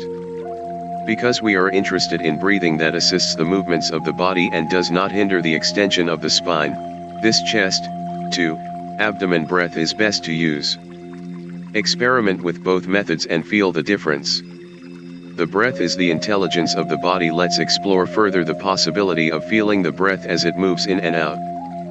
By doing this, the quality of our breathing while we are practicing asanas gradually improves. When practicing an asana, our attention should be directed toward the central point of the movement of breath. For instance, the main action when we breathe in moves from the upper chest to the navel. When we breathe out, the action is mostly in the abdomen. Our attention is on these movements. Consciously following the breath is a form of meditation in which we try to become completely one with the movement. This is the same attention to action that we discussed earlier. Whoever masters this can direct his attention toward any sort of activity. In order to produce a fine, smooth feeling when we breathe, we narrow the flow of breath in the throat, producing a gentle breathing sound. It is as if there were a valve in the throat that we close slightly in order to control the breath. The measure for this control is our sound, which becomes very gentle and ultimately should not require any effort or create any feeling of tension. After this technique is mastered, the sound is present during both inhalation and exhalation. This technique, known as ujjayi, allows us to hear as well as feel the breath as it becomes deeper and longer. The practice of this technique has two advantages. First, we are closer to the flow of our breath and in this way can remain more alert during asana practice. Second, the sound tells us when we have to stop or change in asana. If we do not succeed in maintaining a gentle, even, quiet sound, then we have gone beyond our limits in the practice. The quality of breath is therefore the clearest indication of the quality of our asana practice. Another technique for invigorating and deepening our practice is to lengthen the natural pause between the exhalation and inhalation and between the inhalation and exhalation. After breathing out we hold the breath and stop moving. We do the same after breathing in. The length of time we hold the breath is critical. If the breath is held too long, whether following inhalation or exhalation, the body will rebel. In order to introduce this practice safely, we make quite sure that holding the breath does not disturb the inhalation or exhalation in any way. For example, while we are practicing an asana in the usual way, we may perhaps breathe in comfortably for 5 seconds, then breathe out for 5 seconds. We might then try holding the breath for 5 seconds following the exhalation. On the next inhalation we might notice that we need to draw the breath in more rapidly than before. That is a clear indication that we are not yet ready for this breath retention technique. If holding the breath is too demanding, inhaling or exhaling or both will be negatively affected. Be certain you are ready for this technique before using it. Remember that yoga is a practice of observing yourself without judgment. However beautifully we carry out an asana, however flexible our body may be, if we do not achieve the integration of body, breath, and mind, we can hardly claim that what we are doing is yoga. What is yoga after all? It is something that we experience inside, deep within our being. Yoga is not an external experience. In yoga we try in every action to be as attentive as possible to everything we do. Yoga is different from dance or theater. In yoga we are not creating something for others to look at. As we perform the various asanas we observe what we are doing and how we are doing it. We do it only for ourselves. We are both observer and what is observed at the same time. If we do not pay attention to ourselves in our practice, then we cannot call it yoga. The principles of Bhimha and Lagana are illustrated here by Krishnamacharya, age 79, in Virabhadrasana, above, and in Pasamaitanasana. For the careful construction of a yoga practice, how can we realize the qualities of sthira and sukha, the steady alertness and the lightness and comfort of being necessary for a good yoga practice? The Yoga Sutra refers to a beautiful image from Indian mythology to illustrate the concept of sthira sukha. The story tells of Ananta, the king of snakes, floating on the ocean, his long snake body coiled to form a comfortable couch on which the god Vayu lies. The snake's 1,000 heads reach up and out like a protective umbrella over Vayu. On the umbrella rests our earth. The snake's body is soft and gentle enough, sukha, to serve as a couch for a god, and at the same time is firm and steady enough, sthira, to support the whole earth. We should endeavor to bring those same qualities of gentleness and steadiness to our asana practice, all the while making sure that we exert progressively less effort in developing them. In order to attain sthira and sukha, our yoga practice has to be sensible and well structured. When we practice asanas, there is a starting point where we begin, just the same as for anything else in life. The starting point for this practice is the condition of our entire being at that present moment. It therefore helps to know as much as possible about our whole constitution so that we can advance step by step, developing our practice in accordance with our abilities. Developing a yoga practice according to the ideas expressed in the Yoga Sutra is an action referred to as Visakrama. Krama is the step, Nyasa means to place, and the prefix 6, translates as in a special way. The concept of Visakrama tells us that it is not enough to simply take a step, that step needs to take us in the right direction and be made in the right way. Visakrama thus describes a correctly organized course of yoga practice. It is a fundamental concept in yoga having to do with constructing a gradual and intelligent course for our practice, and is important to employ irrespective of whether we are dealing with asana practice, prima, or some other aspect of yoga. We start our practice where we are and look toward a certain goal. Then we choose the steps that will lead us toward realizing that goal and will then gradually bring us back into our everyday life. But our daily practice does not return us to the exact place we started. The practice has changed us. A famous yogi of old named Vamana is reputed to have said that without Visa the asanas of yoga cannot be mastered. The concept of Visakrama is useful as a guide for carrying out not only our yoga practice but also all the tasks of our everyday life. To realize the qualities of sthira and sukha in your asana practice, you must first gain an understanding of the steps necessary for preparing your body, your breath, and your attention for the asana you have chosen to practice. You must also consider whether there is an immediate or long-term danger of problems arising from the practice of this asana and, if so, determine the poses necessary to bring balance to the breath and body. Counter poses yoga teaches us that every action has two effects, one positive and one negative.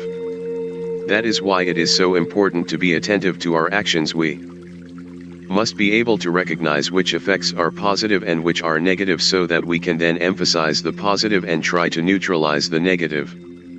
In following this principle in our asana practice, we use postures to balance the possibly negative effects of certain strenuous asanas. We call these neutralizing postures counter poses or pradikryasana. 1. Let's take the headstand as an example. Many people say that they would not make it through the day if they didn't practice asana, the headstand. First thing in the morning or in the evening before going to bed they do a headstand for 10 minutes, and they feel very good doing it. They do not prepare in any way for the asana, they simply stand on their head and then they break off their practice. What they often do not notice for a long time to come is the negative effect hidden in this position. Although doing a headstand is good because it reverses the usual effects of gravity on the body, while in the headstand, the weight of the whole body is carried by the neck. Our narrow neck, which is designed to carry only the weight of the head, now has to support the whole body. Consequently, after practicing the headstand it is very important to offset any possible negative effects by doing an appropriate balancing exercise. If we do not, we may experience feelings of dizziness, the neck may over time become chronically stiff or, worse still, the vertebrae in the neck may deteriorate or become misaligned, jamming the nerves between them, a situation that leads to overwhelming pain.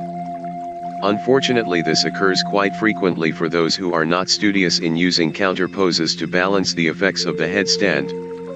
It is brought home to me again and again how much damage can be caused by practicing in this way. Proper asana practice is not just a matter of advancing step by step to a certain goal, we also have to come back into a position from which we can comfortably resume our everyday activities without experiencing any harmful effects from our practice. Writing about the necessity of counter poses reminds me of an interesting story. I have 2 brothers. When we were children we had a very tall coconut palm in our garden. My older brother kept telling me and my other brother that he knew how to climb tall trees like this one, so we challenged him to show us. I can still remember how we taunted him, chanting, "Climb up, climb up." In the end he did climb the tree. Going up was fairly easy, but when he wanted to come down he did not know how to do so without falling. There was nobody around who could help him, so he was stuck in the tree for quite a while. So it is with our asana practice, it is not enough to climb the tree, we must be able to get down too. When we do a headstand, we should be able to come back into a normal position without any problems. It is important to balance the headstand with a counter pose such as the shoulder stand. Shoulder stand, Sarvangasana, in order to relieve the pressure on the neck. For any one asana there may be various counter poses possible, depending on where the tension is felt.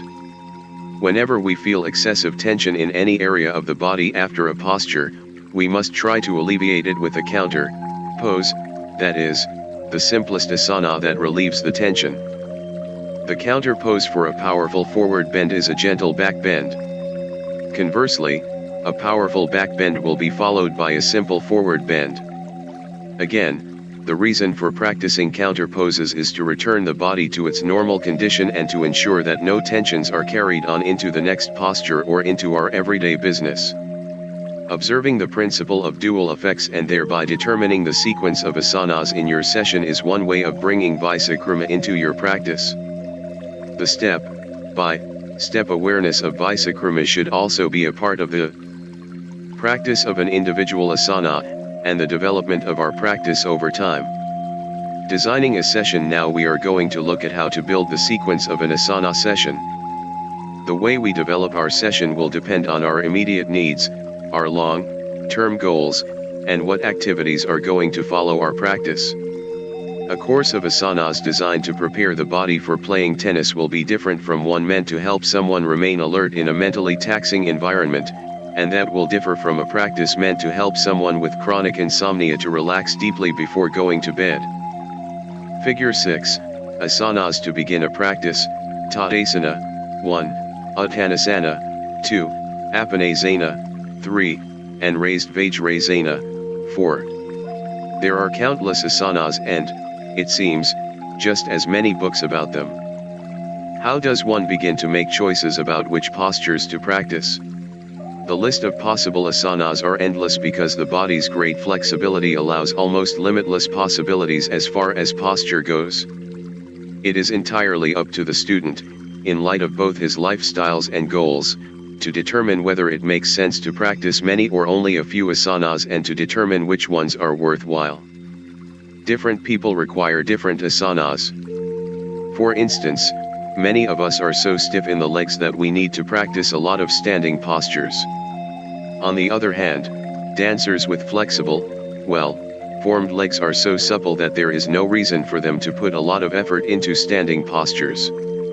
There are a great many asanas, but we do not need to practice all of them. It is much more important to find a direction for our practice and to draw up a sequence of asanas that meets our own needs and through which we can discover the qualities that are to be found in asana practice. A teacher is an important resource for helping make these choices.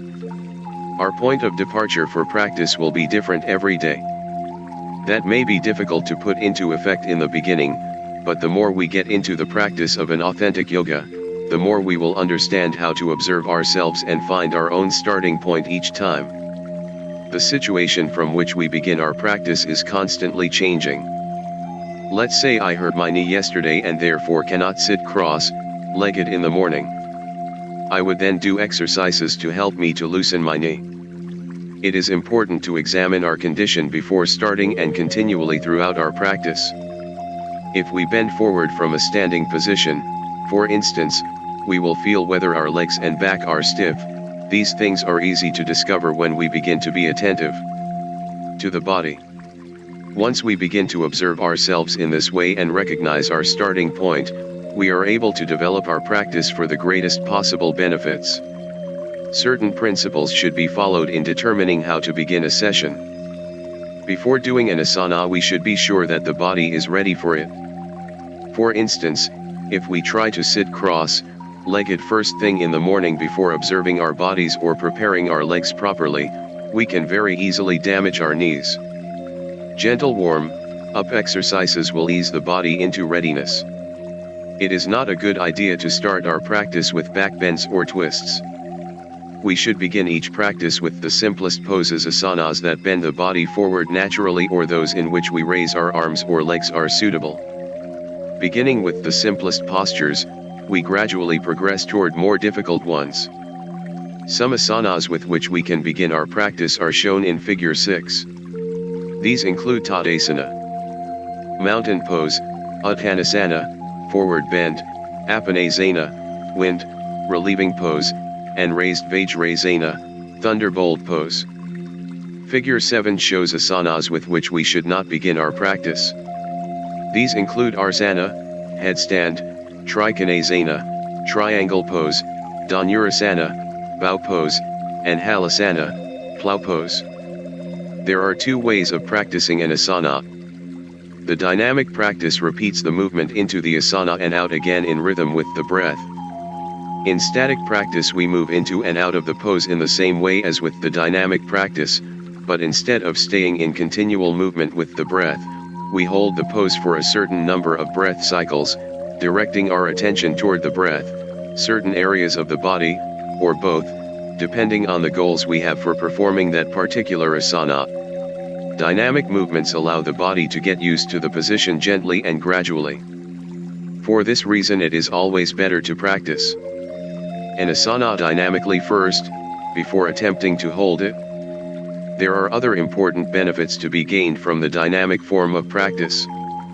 For example, many asanas cause great problems for beginners when they try to hold them in static practice for lengthy periods of time. As well, experienced practitioners of yoga often get caught in the habit of focusing their attention on fixing the posture somehow in static practice rather than really working in it and exploring its possibilities.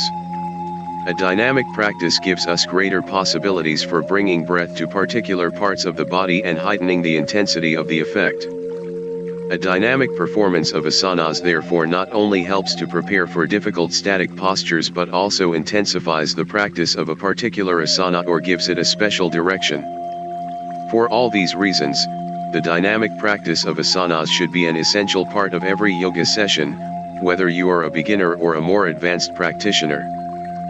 Figure 7, some asanas are too demanding to begin a practice with. These include Sirsana, 1, Trikonasana, 2, Dhanurasana, 3, and Halasana, 4. Figure 8, the dynamic practice of Pasamaitanasana. Figures 8 and 9 show dynamic practice sequences. In Figure 8, Pasamaitanasana, seated forward bend, is performed continuously, the student moving in a fluid manner from step 1 to step 2 and back to step 1, repeating the sequence several times on the rhythm of the breath. Only after preparing the body in this way is it sensible to go into the seated forward bend and hold the position while continuing to breathe. Over time we can gradually increase the number of breaths we take while holding the pose. The sequence shown in Figure 9 is more strenuous. In this practice of Parasva Uttanasana, a standing forward bend, we move from step 1 to step 2 on an inhale, and step 2 to step 3 on an exhale. Then we inhale to go back to step 2, exhale to step 3, and continue in this pattern, 3, 2, 3, 2, for several cycles. We finally come back to step 1 on an exhale. Repeating the entire sequence, 1, 2, 3, 2, 1, on each cycle would be a less strenuous way of practicing this posture dynamically. Figure 9, the dynamic practice of Parasva Uttanasana. The number of repetitions in a dynamic practice session is a question of individual needs and requirements. In practicing the standing forward bend dynamically, the legs may become tired or we may experience back strain. Such symptoms are a sure sign that we have overstepped our limits, and they come too late to be reliable first indications that we have even reached our limit. It is the breath alone that can give us early enough warning that we have pushed ourselves too far. As I said before, as long as we can quietly follow our breath we will remain within the limits of our own physical abilities. The moment we have to draw a rapid breath through the nose or mouth without maintaining the gentle, even sound in the throat, we must stop practicing that sequence. Asymmetrical poses must be done with the same number of breaths to each side, so account for this before finishing. We will gradually build the stamina to increase the number of repetitions for any given pose. If we want to hold an asana within a sequence of postures, we can achieve more if we repeat it dynamically first.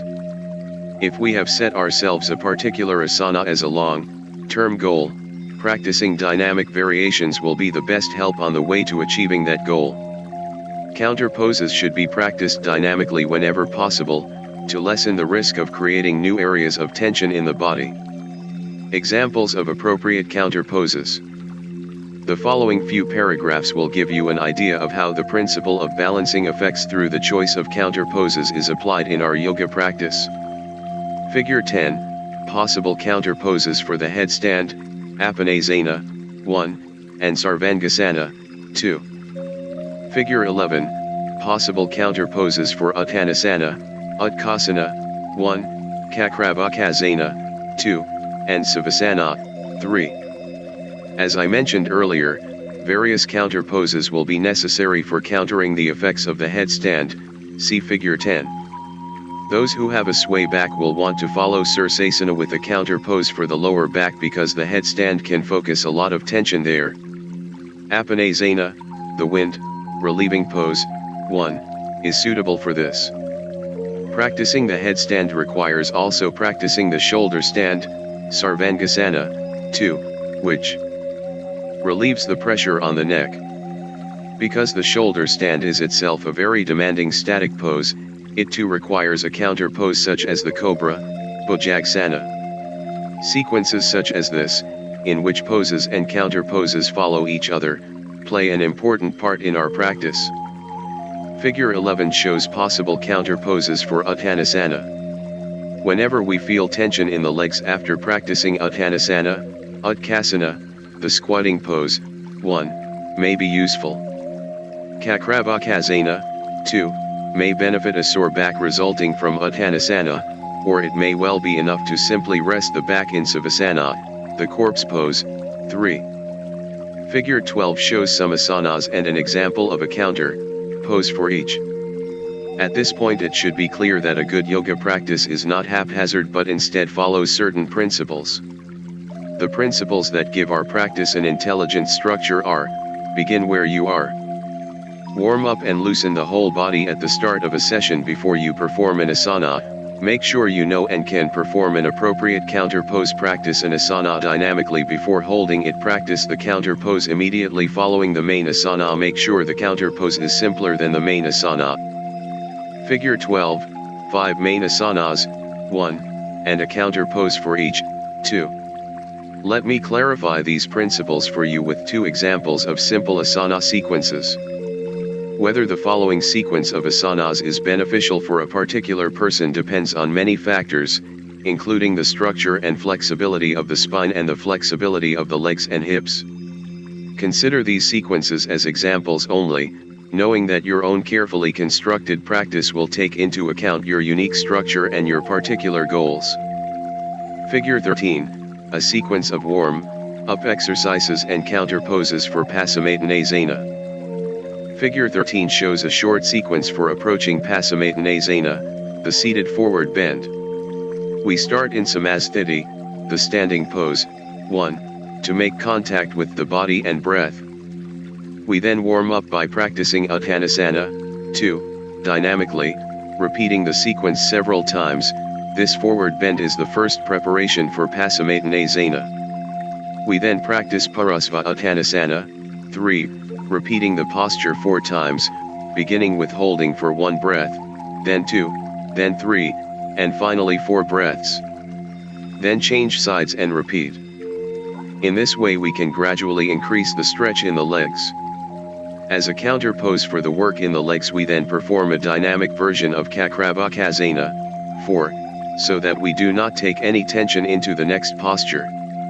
Then rest a while in Savasana, 5. Now we are ready to practice the main asana, Paramavda, 6. We first practice it dynamically, in preparation for the static posture and as an aid for feeling the part the breath plays in this exercise. We stretch upward as we breathe in and bend forward as we breathe out. One possible way of working in the posture is to feel the movement of the inhalation in the back as we straighten it, then feel the movement of the belly toward the spine as we breathe out, bending forward without losing the extension. After practicing Paramavda dynamically, we stay in the pose for several breaths, 7, paying attention to both body and breath. Dvipatapitham, 8, can be used as a counter pose to the seated forward bend, in order to open the hips and compensate for the powerful forward bend. The practice of this asana would finish with a long rest in Savasana, 9. The next sequence of asanas gives an example of a gentle practice for backward, bending postures. Without preparations and counter poses, back bends can lead to cramps, pain, and other problems. The sequence of asanas shown in figure 14 gives good preparation and resolution exercises. For the backward, bending pose Sarvangasana, locust pose. All of the exercises in this sequence are practiced dynamically. The warm-up, 1, is a simple exercise to link the breath with the movement. Yet the back is already being gently exercised, as moving the arms upward causes a slight movement in the spine. A variation of Uttanasana, 2, follows, to help loosen the lower back. Then the gentle back bend of the first exercise is repeated but in the slightly different form of lying with knees bent, 3. Dvipatapitham, 4, is a more powerful exercise. We must be very careful in this asana to go just a little higher with each inhale. The back certainly has to work here, although it is assisted by the legs. Dvipatapitham is followed by a short rest, 5. A variation of Krishnamacharya, 6, can release tensions in the back that may have come with doing Dvipatapitham. We prepare the back further with a simple variation of Bhujagasana, 7. Finally, we are ready to practice a simple variation of Sarvangasana, 8. The back now has to support the legs as well as the trunk. It has been made ready by all the exercises preceding this one. Figure 14a, a sequence of warm-up exercises and counter poses for Sarvangasana. Figure 14b, a sequence of warm-up exercises and counter poses for Sarvangasana. After Sarvangasana we have another short rest, with knees bent and feet on the floor. 9. To relieve the back. A Pradikryasana or counter pose for Sarvangasana is Uttanasana. 10. Which relaxes the lower back. The sequence ends with a rest. 11. The breath. The inhalation and the exhalation can be emphasized in various ways in asana practice. We can divide the breath into 4 parts: the inhalation, the exhalation, the retention. After inhalation, the retention. After exhalation, we use breath retention in our asana practice to intensify the effects of a posture. Let us suppose we are bothered by a feeling of heaviness in the abdominal region and have decided to practice the seated forward bend to help us feel lighter. We can practice the asana in its simplest form, that is, dynamically, with a slow breath rhythm.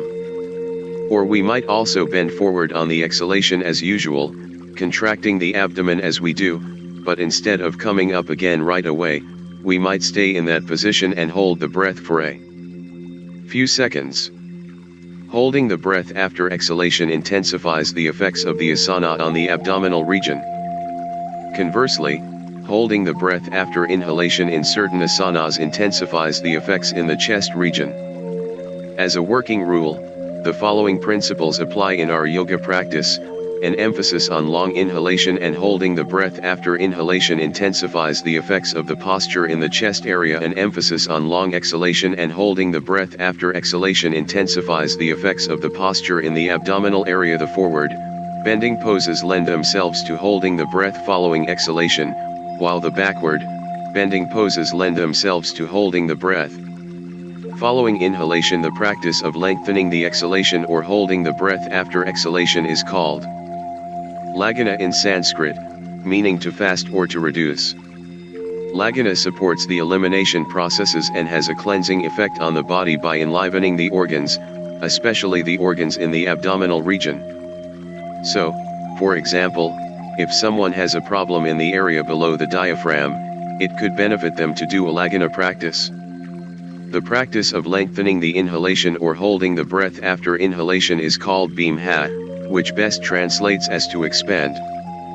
Bhimha practice has the effect of energizing and heating the body. A bhimha element should be introduced into the practice of a student who lacks energy.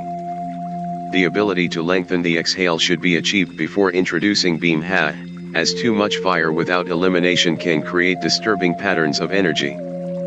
To receive that which is new, fresh energy, we must first release what is old and no longer benefits us. Figure 15 shows the principles of lagana and bhimha applied to asanas.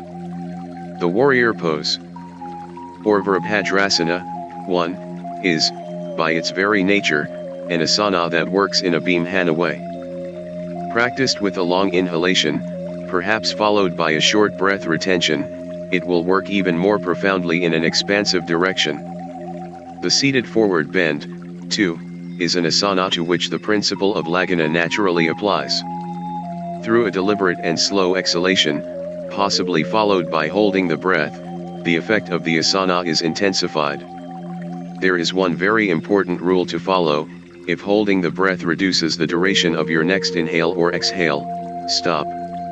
You are not ready for this practice and can work up to it instead. In terms of the circulatory system, the breath should never be held if there is a sudden increase in the pulse rate. Heartbeat and respiration are interdependent, and if the breathing is poor, the pulse increases. There are psychological reasons for this rule too. Many people are very nervous about their hearts, and a rapid increase in their pulse rate might cause anxiety. The guiding principle is that holding the breath should never make us uneasy, but rather we should be able to observe quietly the quality of our breathing. The principles of lagana and bhimha can be used to good advantage only with appropriate knowledge and understanding. They must never be applied without careful consideration of particular circumstances. I shall go into this in more detail when we discuss prima. About resting now, a few words on something else that is important in the way we plan our yoga practice: rest between asanas. We must of course rest whenever we become out of breath or are no longer able to control our breath. But even if our breathing remains quiet and regular, certain parts of the body may become tired or perhaps sore, and we must rest them as well. Also, if we have decided to practice an asana 12 times and we feel exhausted after the 6th time, then we must stop immediately and go into stillness. There is one rule to follow regarding rest: if we need a rest, we take one. Figure 15, Bhimha expansive breath retention in the warrior pose, 1. Lagana contract active breath retention in the seated forward bend, 2. We also take a rest as a way of making a transition between one kind of asana and another. For instance, it is essential to rest between an intense back bend such as a Dhanurasana and a powerful forward bend such as a Pasamaitanasana. We must give ourselves this rest even if we do not feel the need for it. The rest gives us the opportunity to feel the effects of the posture and allows the muscles time to return to their balanced tone. If we do not rest after doing Dhanurasana, as in our example, we may overwork the back in the following forward bend. To avoid this, we must rest and observe the reaction of our muscles and whole body. Let me give you another example. Many people feel good while they are performing a headstand, but when they lie down afterward they notice a pressure in the chest. We know that when we stand on the head the weight of the abdomen is on the chest and compresses the ribs, though we might not feel pressure until we rest. The feeling in the chest is only the reaction of the ribs and will be relieved by resting before performing the counter pose. Generally one should rest between one intense pose and an equally demanding counter pose, such as with the headstand and the shoulder stand.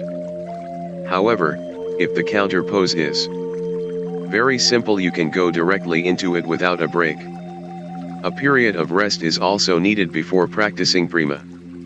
In prima our attention is directed primarily toward the breath, while during asana practice our breathing depends on the various physical exercises. Because the asanas require us to pay attention to the body, it is good to rest afterward and prepare ourselves mentally for prima. How long we will rest before prima will depend on how many asanas we have just practiced. If we have been doing asanas for 15 minutes, then 2 or 3 minutes of rest will do. If we have been practicing for an hour or more, we should rest for at least 5 minutes before going into prima. While I have been giving you examples of sequences for the full practice of certain asanas, including warm-ups and counter poses, it is important to recognize that a book can never match the qualities of a good teacher. The best way toward self-discovery and gaining greater insight into your own body and mind through yoga is to seek the advice of a teacher. The practice of yoga is essentially a practice of self-examination. Asanas and pranayama can help us discover certain things about ourselves, but unfortunately we cannot always trust our own perceptions. Our habitual way of seeing things makes it difficult for us to look at them differently from experience to experience. Our habitual way of seeing limits our self-understanding. Because a teacher's perception is not limited by our unique conditioning, he or she can often see what capacities lie hidden in us. Books on yoga begin at different levels. A person with little experience in yoga would have a difficult time choosing the asanas best suited to his or her condition. A good teacher is important for finding out which postures are most useful, and on which ones the student needs guidance. A teacher helps us in getting to know ourselves and inspires us to do the work toward greater self-discovery. A book can support the encouragement that comes from the teacher. For the purpose of introducing Krishnamacharya's yoga teachings to a wide audience, I have chosen to write this book. The Asana sequences I describe of course do not take into account any one individual's personal needs. You must tailor these general sequences to suit your goals. People often ask whether there is a general sequence of asanas suitable for anyone to follow. Yes, we can think about the order of asanas in a general way. To simplify things, let's ignore the fact that yoga practice must be geared to a particular person and his or her individual needs, and therefore can never follow a general plan absolutely. Let us for the time being forget about the fact that certain asanas require particular preparation or counter poses for certain people, or that a sequence of asanas has to allow for rests now and then. We have already discussed these thoroughly. Let us shift the focus of our attention to the way we can group the asanas according to the position of the body relative to the earth and to the basic movement of the spine. Figure 16. For general purposes, the asanas can be practiced in the following sequence: standing exercises to warm up with 1. Exercises lying on the back, 2. Inverted postures, 3. Exercises lying on the belly, 4. Exercises in a sitting or kneeling position, 5. A rest lying on the back, 6. And breathing exercises, which are normally done in a sitting position, 7. This outline does not consider any preparation for strenuous asanas or the counter poses and rests required. We can divide the asanas into standing postures, those performed lying on the back; inverted postures, those performed lying on the stomach, back bends; and finally, sitting and kneeling postures. Which of these asanas should we choose, and what order might be sensible? Figure 16 illustrates some postures suggested in this general sequence. At the start of our practice, we need exercises that warm us up, make us supple, and use the whole body. Standing asanas are best for this. They are suitable for loosening up all the joints, including the ankles, knees, hips, spine, shoulders, neck, and, to a certain extent, the wrists as well. There are people who often have problems in the hips, knees, and ankles, and other people who for various reasons are not able to begin in a standing position. The majority of us, however, should spend 5 or 10 minutes warming up with standing asanas. The exercises with which we begin our practice should also help us to experience and observe the state of our body and breath. The start of our practice should be designed so that we can find out about our physical and mental states in a simple and risk-free manner. Simple standing postures afford us this opportunity. After doing the standing postures, it is a good idea to lie on your back and practice asanas in this position, which are also useful preparation for the inverted postures to come. The inverted postures help counter the effects of gravity on the body and are also very important for inner cleansing. Furthermore, the well-known inverted postures such as the headstand and the shoulder stand put us in positions that are completely opposite to our normal daily positioning. These postures allow us the opportunity to discover new and previously unknown aspects of ourselves. After the inverted postures comes a group of asanas performed lying on the belly. These are all back bends. Some of these asanas are excellent counter poses for certain inverted postures. For example, the cobra harmonizes the effects of the shoulder stand and is often used as its counter pose. This general sequence of asanas can be concluded with some exercises in a sitting or kneeling position. Then, after an adequate rest, we can practice prima and other exercises that require an upright position. Appendix 2 shows 4 general practice sequences that can be tailored to fit individual needs. Figure 17 shows a good sequence of asanas practiced as minimum preparation for prima. Uttanasana, 1, can be practiced as a warm-up. To prepare the back and neck and to experience the quality of our breath, we could then practice Dvipada Pitham, 2. Kakravakasana, 3, opens the chest and back. A rest lying on the back, 4, concludes the asana practice. Then some of us might choose the simple cross-legged position, Sukhasana, 5, in which to practice prima. Others for whom this is uncomfortable might be better off sitting on a chair. Nothing is lost by sitting on a chair, and the quality of breathing in prima is not adversely affected. Figure 17, asanas in preparation for prima. If we are planning to work with certain breathing patterns such as predetermined lengths of inhalation and exhalation or breath retention, then asanas such as these have the added advantage of putting us in touch with our breath before we begin our prima practice. Just as the practice of specific asanas is dependent on the student's needs and goals, so is the time of day chosen for our practice dependent on what is possible. The one rule to follow in this respect is to wait 2 or 3 hours following a meal to begin yoga practice. Practicing on an empty stomach is best, so for those who have a flexible daily schedule, the best time for practice is before breakfast. Our practice has to be developed daily, taking into account our free time, our goals, and our needs. We must always plan our practice as a unit, irrespective of whether the time available is short or long, so that the session is always made up of a balanced group of exercises.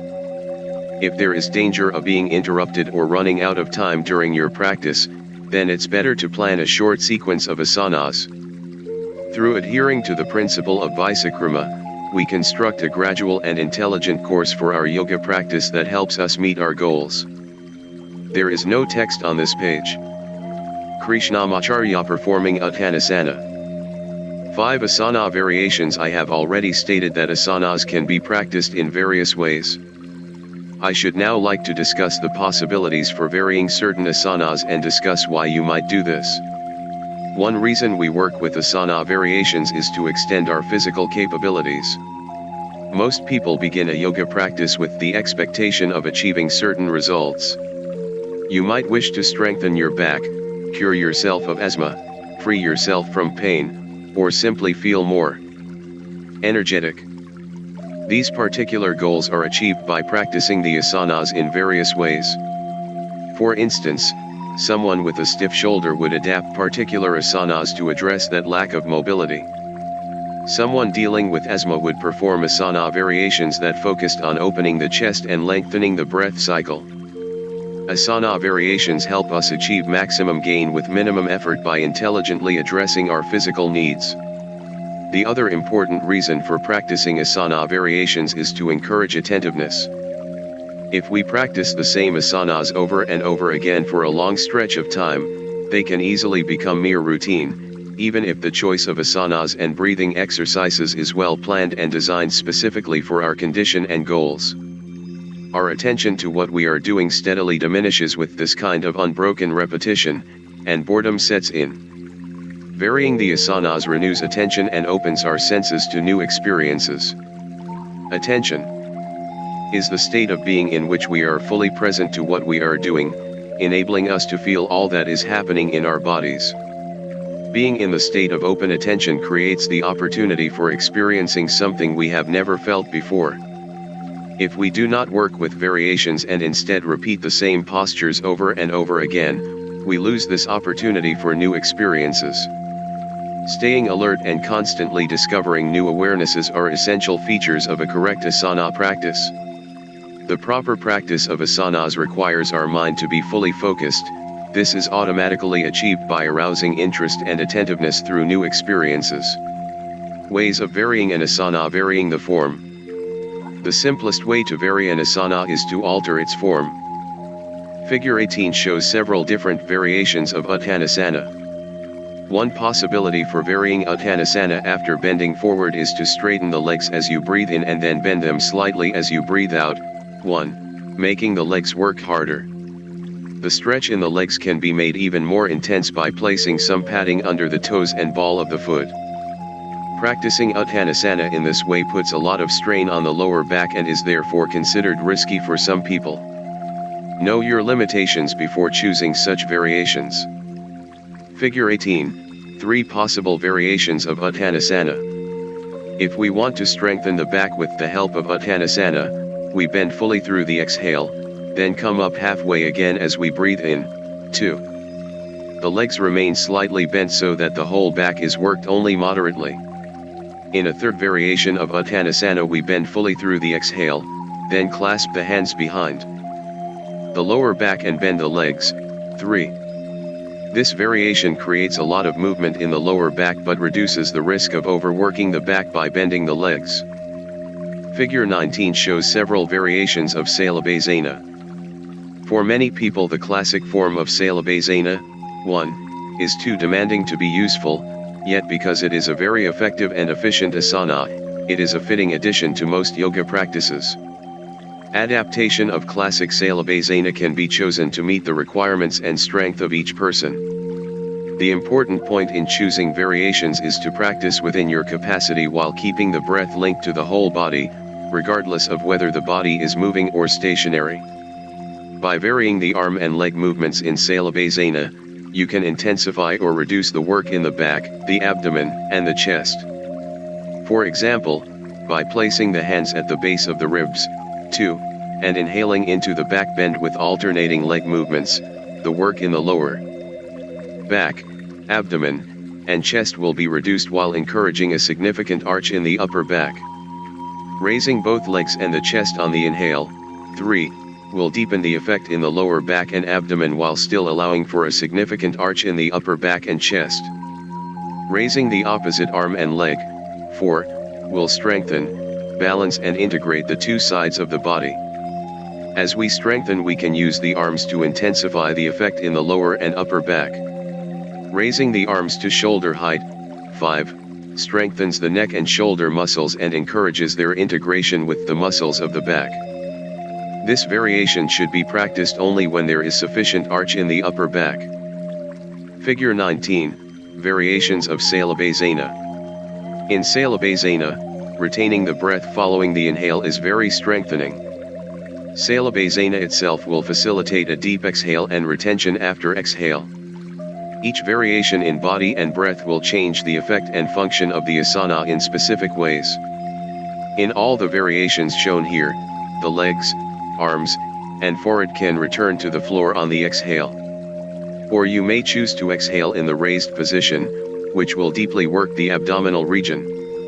A person with stiff legs is not restricted from enjoying the benefits of the classic form of Paramavda, shown in Figure 20, Step 1. For example, bending the knees on the exhale, 3, will deepen the forward bend. Indra Devi, a very accomplished yogini and my father's first Western student, told me this is how my father first taught her Pasamaitanasana, adapting the classic pose for her needs. Raising the seat, 4, will also allow for a deeper bend. Variations of the arm positions such as are shown in examples 2 and 5 will work the upper back and shoulders while assisting to deepen the asana. You should not, however, use the muscles in the arms to attempt to intensify the forward bend. This should instead occur without force, the movement linked to the exhaled breath. The forward bend can be intensified on the exhale and relaxed on the inhale so that the body's natural elasticity is enhanced with the breath. Figure 20, Variations of Pasamaitanasana. Figure 21, Varying the breath in Pasamaitanasana. There are a great many asana variations such as these. Each time we practice a variation, the effect of the asana, and consequently our attention, is directed toward different areas or needs. Asana variations are not just for people with specific physical problems. They can help all yoga practitioners remain open to discovery. Varying the breath. Another way to vary an asana is to alter the breathing. For example, instead of freely inhaling and exhaling, we can direct the breath so that the inhalation and exhalation are of the same duration, or we might choose to hold the breath. Normally we coordinate each movement with either an inhalation or an exhalation. Sometimes, however, it is useful to move while holding the breath. Remember, if we want to increase the effect of the asana in the chest area, we concentrate on the inhalation. If we want to increase the effect on the abdomen and lower back, we concentrate on the exhale. So to vary the breath in Pasamaitanasana, a pose that naturally works on the belly and lower back, we breathe in as we raise our arms, then hold this pose as we breathe out. Then without breathing in, we bend forward and pause, see Figure 21. In this way we intensify the effect of the exhalation. Inhale to come back to the seated position, arms overhead. This sequence can be repeated as many times as an easy breath rhythm can be maintained.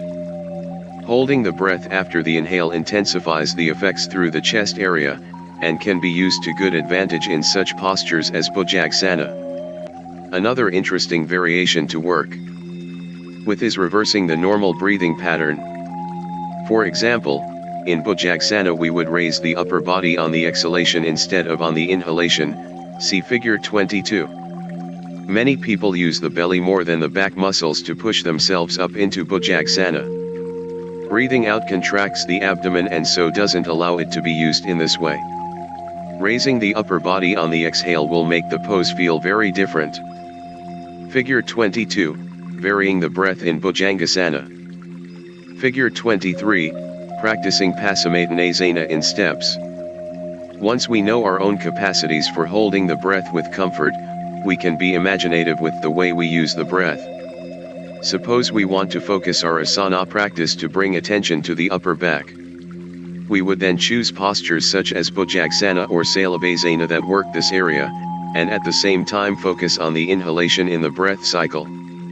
We might practice making each inhalation longer than the one before. Or we might hold the breath after inhalation, which will increase the volume of air in the lungs and expand the chest. Variations serve two purposes: to address a particular need and to create attentiveness. Holding the breath following the inhale or exhale can increase tension in the body. If you feel this happening, bring your awareness to the place where the tension is gathering. If the tension does not dissipate with awareness, slowly come out of the asana.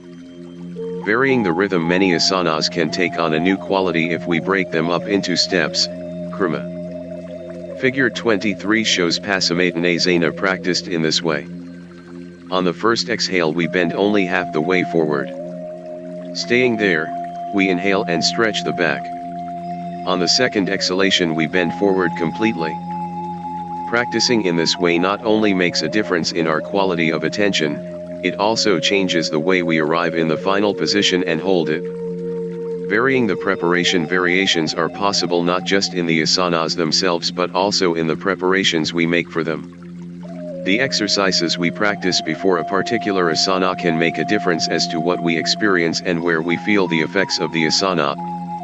Oftentimes people will say that they did not feel anything after doing a particular asana. If they do not feel any sensation in their muscles, then they think nothing has happened. In situations like this, it is helpful to change the preparation for that asana, choosing one that moves the body in the exact opposite direction. Paying attention to the effects of both asanas will give you a new certainty that something is really happening. Varying the sphere of attention while we are practicing an asana, we have the opportunity to direct our attention to different parts of the body. This can improve the quality of our asana practice considerably. Figure 24 shows two possibilities for where to place our attention in the practice of Bhujangasana. We can direct our attention to the upper part of the back, which is opening up as we breathe in, 1. Or we might direct our attention toward keeping the legs and knees on the floor. 2. When beginners practice this asana, they often raise the legs off the floor as they raise the upper body. By attempting to keep the legs on the floor, the quality of work in the back is intensified. We introduce the art of variation to bring something new and beneficial into our asana practice. In a class, I would recommend to some people that they stretch their legs fully and to others that they do the same asana with bent knees. I would advise some to hold the breath after inhalation and others to hold their breath after exhalation. It is important to tailor your variations to match your particular needs. Variations should never be introduced in a random way, they should only be introduced when they are warranted. We do them when we need help developing or sustaining attention, or as an aid to a particular physical need. Respecting classic asanas. It is important to understand that behind every yoga posture lies a principle. If we do not know or understand this principle, we will not be able to perform the asana or variations of it in the proper way. A teacher who respects the classic postures can help us recognize the principles they embody. What does this asana mean? What is its purpose? What does it demand of us? Only when we have come to understand the underlying principles can we do variations of an asana. For example, Paramavda, the seated forward bend, is a pose in which we sit with the legs stretched out in front of us and grasp the feet with the hands, bringing the head down toward the shins. Paramavda translates as the stretching of the West, because in India we traditionally face the East when we pray or practice asanas. In that position our back is facing west. So the real purpose of the asana is to facilitate the movement of the breath in the back. A person practicing Paramavda should be aware of the Paramavda effect felt in the back of the body, not at the level of skin or muscles but within, at the level of the breath. Practicing Paramavda means allowing the breath to flow along the back of the body. It is not simply a matter of stretching the tissues, but rather of experiencing the feeling of the breath flowing through the spine. Figure 24, shifting the sphere of attention in Bhujagasana. Asana, the camel pose, is a back bend performed from a kneeling position. With hands resting on the feet, the thighs are raised to vertical, as in kneeling, while the chest expands and opens on each inhalation. The principle of this pose is to facilitate the movement of breath into the chest.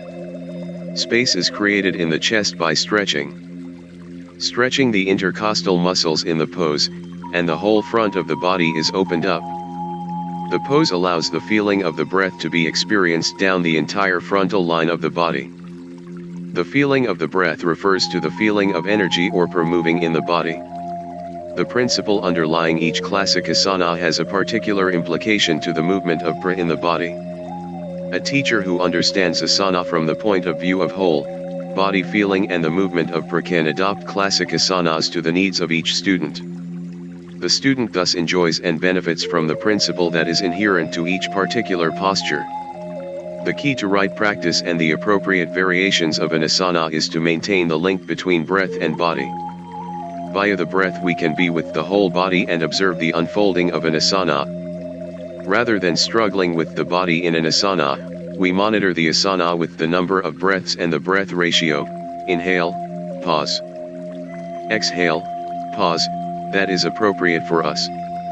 If the breath is smooth and has continuity, the asana will be beneficial. The breath is one of the means by which we vary asanas. There is a natural elasticity in the body that is enhanced as we breathe in asana practice. As the body moves, the breath moves, and as the breath is stationary, the body is stationary. Thus the breath and body become one movement, one process, and that is a very powerful yoga.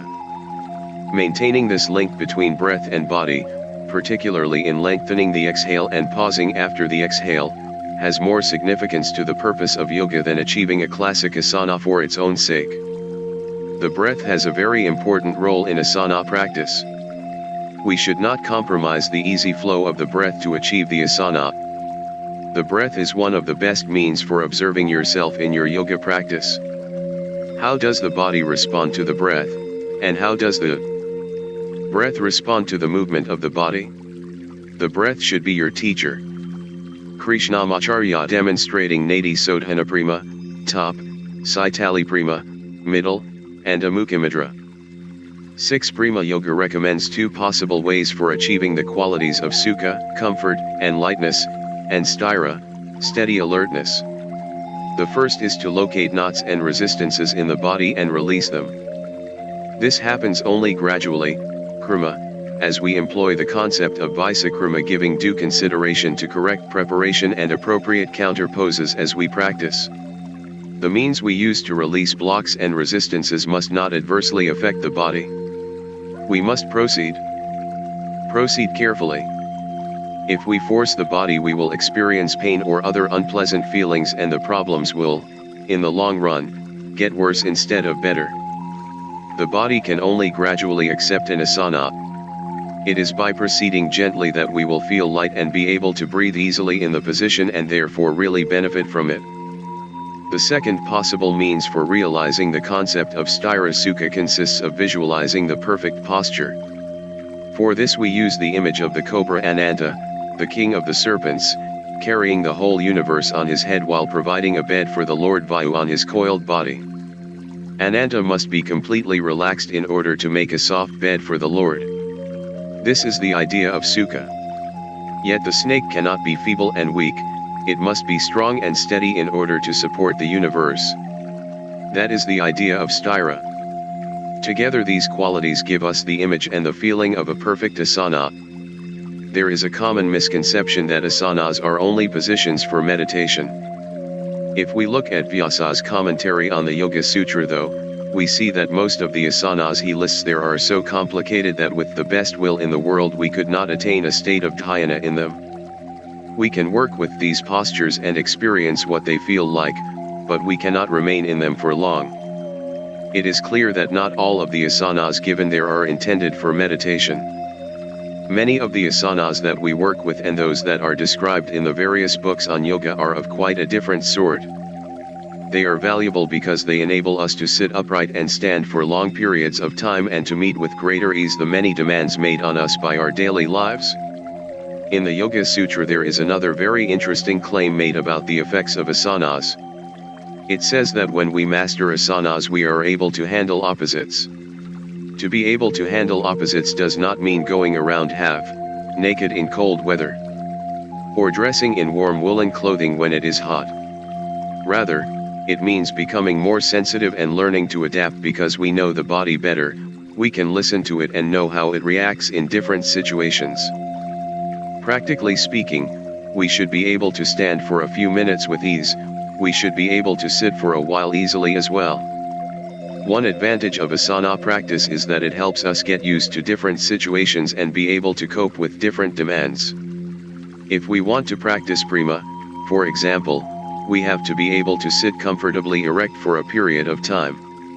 Asanas help us focus on the breath rather than the body during prima practice, for if we can sit comfortably and effortlessly erect there is nothing to distract us from our concentration on the breath. Prima, the breathing exercises of yoga. The word prima consists of two parts, pra and ayama. Ayama means stretch or extend, and describes the action of prima. Pra refers to that which is infinitely everywhere. With reference to us humans, pra can be described as something that flows continuously from somewhere inside us, filling us and keeping us alive. It is vitality. In this image, the pra streams out from the center through the whole body. Ancient texts such as the Yoga Yajnavalkya, see Appendix 1, tell us that someone who is troubled, restless, or confused has more pra outside the body than within. The amount of pra outside the body is greater when we feel unwell. At those times the quality of pra and its density within the body is reduced. Too little pra in the body can be expressed as a feeling of being stuck or restricted. It can also show as a lack of drive or motivation to do anything. We are listless or even depressed. We may suffer from physical ailments when pra is lacking in the body. And finally the Yoga Sutra mentions disturbances in the breath, which can take very different forms. One on the other hand, the more peaceful and well balanced we are, the less our pra is dispersed outside the body. And if all the pra is within the body, we are free of these symptoms. If pra does not find sufficient room in the body, there can be only one reason: it is being forced out by something that really does not belong there. Let's call it rubbish. What we are trying to do when we practice prima is nothing more than reduce this rubbish and so concentrate more and more pra within the body. Our state of mind is closely linked to the quality of pra within. Because we can influence the flow of pra through the flow of our breath, the quality of our breath influences our state of mind and vice versa. In yoga we are trying to make use of these connections so that pra concentrates and can freely flow within us. Figure 25, a sick or restless person disperses pra beyond the body. 1. Because there are blocks hindering the flow of pra within. A peaceful, healthy person keeps more pra within the body. 2. Various sources call pra the friend of the purua, consciousness, and see in the flow of pra nothing but the working of the purua. If we remember how the degree of clarity created by the power of the purua within us is directly linked to our state of mind, then a close connection between our mind and pra is obvious. Pra can be understood as the expression of purua, but it is to be found both inside and outside the body. See figure 25. The more content a person is and the better he or she feels, the more pra is inside. The more disturbed a person is, the more pra is dissipated and lost. One definition of the word yogi is one whose pra is all within his body. In prima we want to reduce the amount of pra outside the body until there is none leaking out. Whatever happens in the mind influences the breath, The breath becomes quicker when we are excited and deeper and quieter when we relax. In order to influence our pra, we must be able to influence the mind. Our actions often disturb the mind, causing pra to exude from the body. Through daily prima practice we reverse this process, as a change in the breathing pattern influences the mind. The idea of pra existing within or beyond the body can be understood as a symbol for our state of mind. When the mind is as clear as transparent glass, there is nothing that could disturb the body, there is no rubbish lying about. On the other hand, if we notice hesitancy, discontent, fear of doing something because it might be inappropriate, and so forth, we can assume that there are blockages in the system. These blockages do not just occur in the physical body, they exist even more in the mind, in consciousness. Every kind of rubbish we find in ourselves was originally produced by avidya, that is, incorrect knowledge. The idea that yogis are people who carry all their pra within their body therefore means that they are their own masters. The link between mind and breath is most significant. The Yoga Sutra says that when we practice prima, the veil is gradually drawn away from the mind and there is growing clarity. The mind becomes ready for deep meditation. Following the Yoga Sutra, we can say that prima is first and foremost awareness of the breath. I am more aware that I breathe, I am conscious of my inhalation and my exhalation and perhaps of the pauses that naturally occur between breaths. The next step is then to answer this question: how do I remain conscious of my breath? In prima we focus our attention on the breath. In the practice of prima it is therefore very important to keep an alert mind, for the processes that are being observed are very subtle. There is no visible movement of the body as in asana practice, we must acutely sense and feel the movement of the breath within. The only dynamic process is breathing. Patanjali makes a few practical suggestions for keeping our attention on the breath. For example, we can focus on a place in the body where we can feel or hear the breath. Or we can try to follow the movement of the breath in the body, feeling the inhalation from the center of the collarbone, down through the rib cage to the diaphragm, and following the exhale upward from the abdomen. Another means for paying attention to the breath is to feel where it enters and leaves the body at the nostrils. It is also possible to listen to the breath, especially if you make a slight noise by gently contracting the vocal cords, a prima technique known as ujjayi. Suggestions like these help us keep our attention on the breath and prevent our practice from becoming merely mechanical. The goal of prima is not to bring the inhalation and exhalation into a certain relationship with each other, or to establish a particular length of breath. If exercises such as these help us concentrate on our prima, that is wonderful. But the true aim of the various techniques and breath ratios of breathing in prima is first and foremost to give us many different possibilities for following the breath. When we follow the breath, the mind will be drawn into the activities of the breath. In this way prima prepares us for the stillness of meditation. The breath relates directly to the mind and to our pra, but we should not therefore imagine that as we inhale, pra simply flows into us. This is not the case. Pra enters the body in the moment when there is a positive change in the mind. Of course, our state of mind does not alter with every in, breath or out, breath, change occurs over a long period of time. If we are practicing prima and notice a change of mind, then pra has long before entered the body.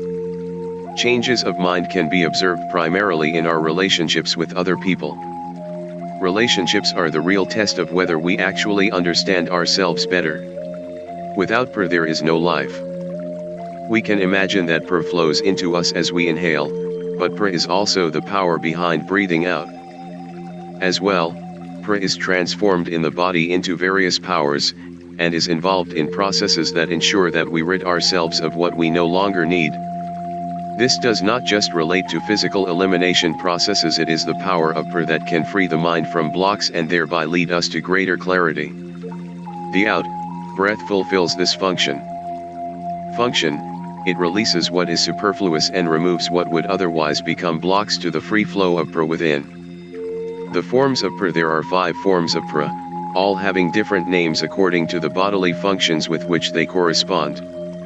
These forms of pra are Uttana, Vayu, corresponding to the throat region and the function of speech, pra, Vayu, corresponding to the chest region, Samana, Vayu, corresponding to the central region of the body and the function of digestion, Apana, Vayu, corresponding to the region of the lower abdomen and the function of elimination. Vyana, Vayu, corresponding to the distribution of energy into all areas of the body. We will concern ourselves with two forms, pra, Vayu, and Apana, Vayu. That which enters the body is called pra and that which leaves it is called Apana. The term Apana also refers to the region of the lower abdomen and all the activities that take place there. Apana describes that part of pra that has the function of elimination and provides the energy for it, and it also refers to the lower belly and the rubbish that collects there when the power of pra is not in a state of equilibrium. When a person is slow and heavy, we sometimes say that he has too much Apana. Apana as pranic energy is something we need, but Apana as refuse left from activating this energy actually prevents pra from developing within. All forms of pra are necessary, but to be effective they must be in a state of balance with each other. If someone has a lot of rubbish in the region of the lower abdomen, then he or she consumes too much energy there, and this imbalance should be addressed. The goal is to reduce Apana to an efficient minimum. Apana as waste matter accumulates because of many factors, some of which lie within our control. The practice of yoga aims to reduce these impurities. People who are short of breath, cannot hold their breath, or cannot exhale slowly are seen as having more Apana, whereas those who have good breath control are considered to have less Apana. An overabundance of Apana leads to problems in all areas of the body. We have to reduce the Apana so that we can bring more pra into the body. When we inhale, pra from outside the body is brought within. During inhalation, pra meets Apana. During exhalation, the Apana within the body moves toward the pra. Prima is the movement of the pra toward the Apana and the movement of the Apana toward the pra. Similarly, holding the breath after inhalation moves the pra toward the Apana and holds it there. Holding the breath after exhalation moves the Apana toward the pra. Agni, the fire of life. What happens within this movement of pra and Apana? According to yoga, we have a fire, Agni, in the body, situated in the vicinity of the navel, between the pra, Vayu, and the Apana, Vayu. The flame itself is constantly changing direction. On inhalation the breath moves toward the belly, causing a draft that directs the flame downward, just like in a fireplace. During exhalation the draft moves the flame in the opposite direction, bringing with it the just, burned waste matter. It is not enough to burn the rubbish, we must also rid the body of it. A breathing pattern where the exhalation is twice as long as the inhalation is aimed at providing more time during exhalation for freeing the body of its blockages. Everything we do to reduce the rubbish in the body is a step in the direction of releasing our blockages. With the next inhalation we bring the flame back to the Apana. If all the previously burned waste has not left the body, the flame will lose some of its power. Certain physical positions are beneficial for the meeting of fire and rubbish. In all inverted postures, the Agni is directed toward the Apana. This is the reason yoga attributes so much significance to the cleansing effects of inverted postures. Cleansing is intensified when we combine inverted postures with prima techniques. All aspects of prima work together to rid the body of Apana so that pra can find more room within. In the moment when waste is released, pra fills the space in the body where it really belongs. Pra has its own movement, it cannot be controlled. What we can do is create the conditions in which pra may enter the body and permeate it. The Yoga Sutra describes the flow of pra with this lovely image. If a farmer wants to water his terraced fields, he does not have to carry the water in buckets to the various parts of his fields, he has only to open the retaining wall at the top. If he has laid out his terraces well and nothing blocks the flow of the water, it will be able to reach the last field and the furthest blade of grass without help from the farmer. 3. In prima we work with the breath to remove blockages in the body. The pra, following the breath, flows by itself into the cleared spaces. In this way we use the breath to make possible the flow of pra. Understanding pra as an expression of purua, we have as little possibility for working directly on pra as we have of influencing our purua directly. The way to influence pra is via the breath and mind. By working with these through prima, we create optimal conditions for the pra to flow freely within. Practical aspects of prima. Just as the activities of the mind influence the breath, so does the breath influence our state of mind. Our intention as we work with the breath is to regulate it so as to calm and focus the mind for meditation. Often people ask if prima is dangerous. I assure you that we can practice prima as safely as we practice asanas or anything else. Prima is conscious breathing. As long as we pay close attention to the reaction of the body during prima, we have nothing to fear. Problems can arise when we alter the breath and do not recognize or attend to a negative bodily reaction. If someone is laboring to breathe deeply and evenly, it will immediately become apparent. He or she will feel the need to take a quick breath in between the long, slow breaths. One important precept of Ayurvedic medicine is never to suppress the body's natural urges. Even during prima practice, we should let ourselves take a short breath if we feel the need to do that. Prima should only be practiced by people who can really regulate the breath. Those who suffer from chronic shortness of breath or other breathing disorders should not attempt prima until they are ready for it.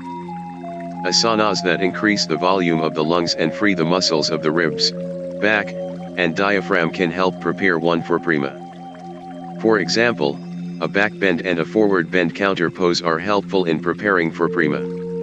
An appropriate asana practice will encourage development of prima. Prima can and should be practiced in the early days of a person's discovery of yoga, and should absolutely be undertaken only with the guidance of a good teacher. The object of prima practice is to emphasize the inhalation, the exhalation, or retention of the breath. Emphasis on the inhalation is called parika prima. Rikeka prima refers to a form of prima in which the exhalation is lengthened while the inhalation remains free. Kumhaka prima focuses on breath retention. In Kumhaka prima we hold the breath after inhalation, after exhalation, or after both. Whichever technique we choose, the most important part of prima is the exhalation. If the quality of the exhalation is not good, the quality of the whole prima practice is adversely affected. When someone is not able to breathe out slowly and quietly, it means that he or she is not ready for prima, either mentally or otherwise. Indeed, some texts give this warning: if the inhalation is rough we do not have to worry, but if the exhalation is uneven it is a sign of illness, either present or impending. Why this emphasis on exhalation? Yoga's essential aim is to eliminate impurities and reduce avidya. Through this elimination alone, positive results come about. When the blockage is cleared from a sewer pipe, the water has to flow. If something in us is preventing a change from occurring, then we need only to remove the obstacle and the change can take place. The exhalation is vitally important because it transports impurities from the body, making more room for pra to enter. Often when prima is discussed, it is the holding of the breath that is emphasized. Yet the ancient texts talk about the total breath, not simply kumhaka, breath retention. The Yoga Sutra discusses the breath in this order of importance: vyapti or exhalation as the most important, then abhyantarapti or inhalation as secondary, and finally stamhapti or breath retention. For all three of these are aspects of prima. Do not become interested only in holding the breath. Many people think they can progress quickly along the yoga path by practicing breath retention techniques, but in fact problems often arise with this emphasis. The most important tenet of prima is this: only when we have emptied ourselves can we take in a new breath, and only when we can draw the breath into us can we hold it. If we cannot breathe out and in fully, how are we going to hold our breath? Breath retention exercises must be done in such a way that they never disturb the in and out breaths. When we reach the stage where we have improved our ability to breathe in and out and to hold the breath, then breath retention may become important, because as it is held the breath is at rest, and with it so hopefully is the mind.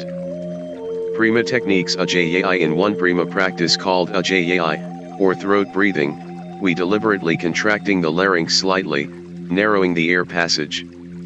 This produces a slight noise in the throat as we breathe. Ajayai translates as what clears the throat and masters the chest area. You should ask for the help of a teacher in deciding whether this breathing technique is suitable for you, and if not, which one would be better.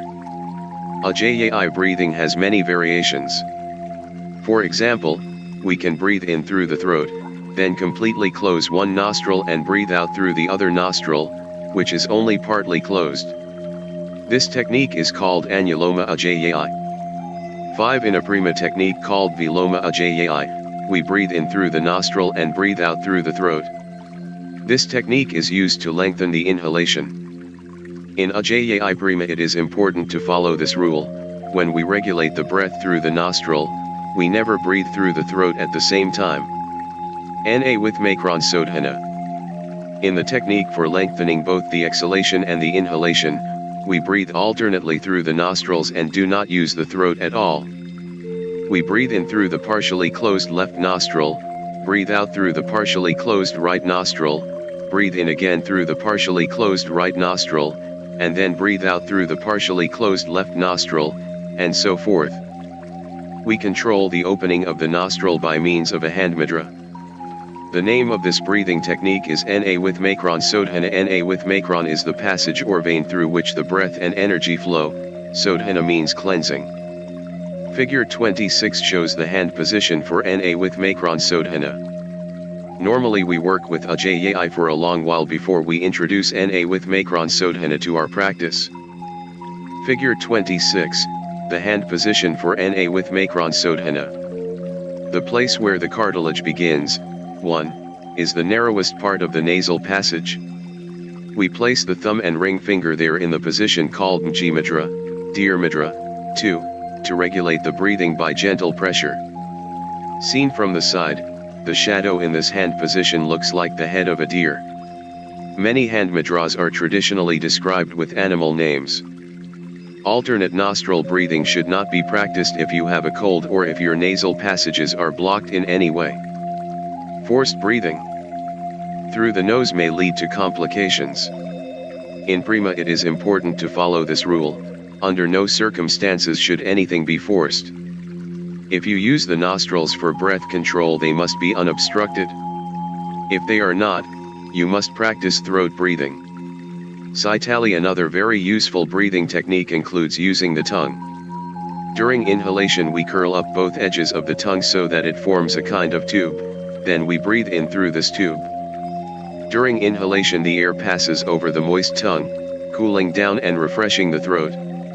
In order to be sure that the tongue remains moist, we roll it back as far as possible against the palate during the entire exhalation so that the next breath is just as refreshing as the first. We can breathe out either through the throat or alternately through the nostrils. This technique is called Saitali Prima. Siddha means cool.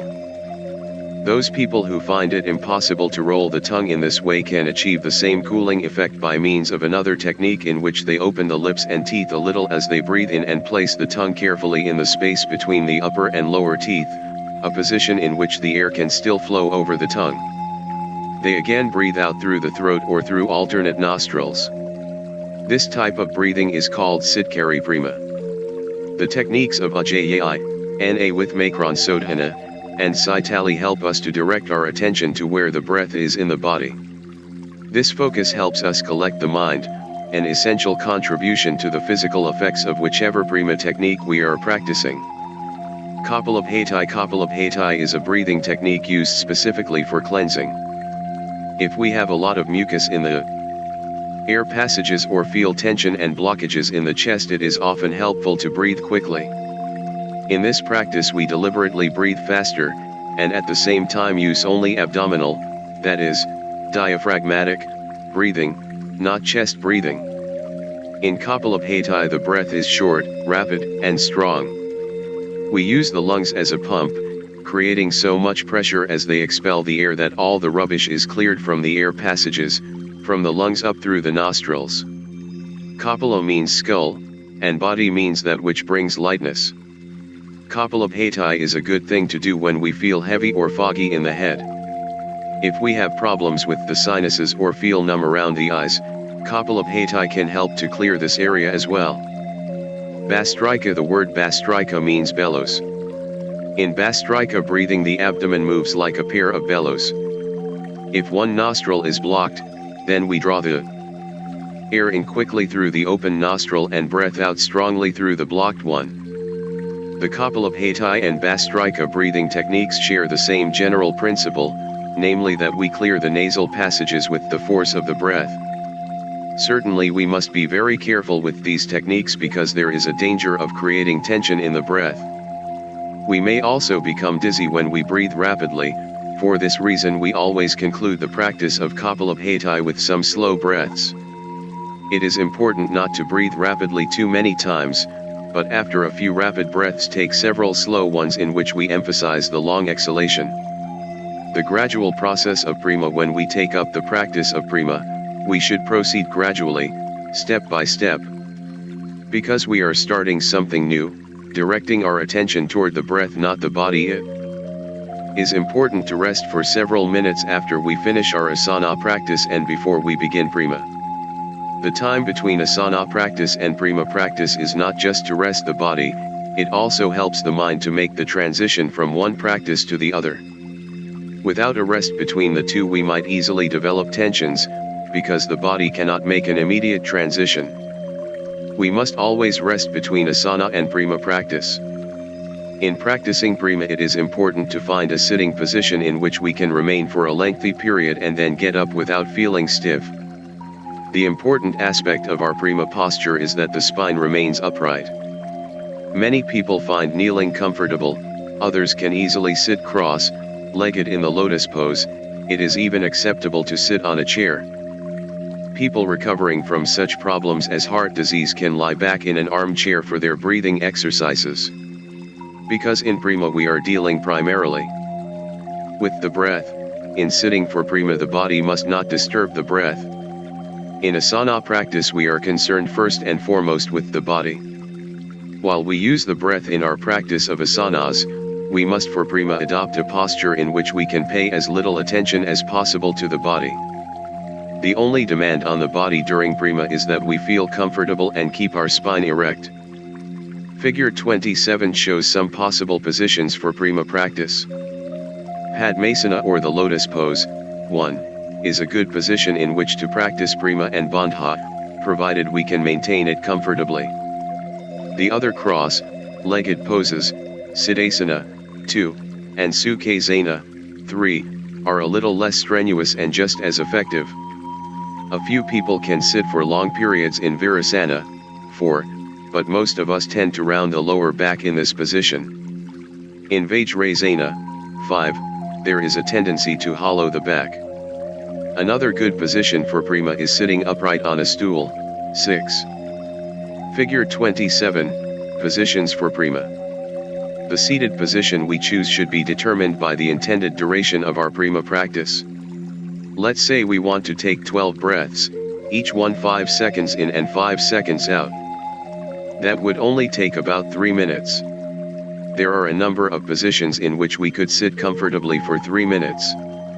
But let's say we plan our practice to include inhalations and exhalations longer than 5 seconds, that we plan to practice breath retention, and that we want to do 24 breaths.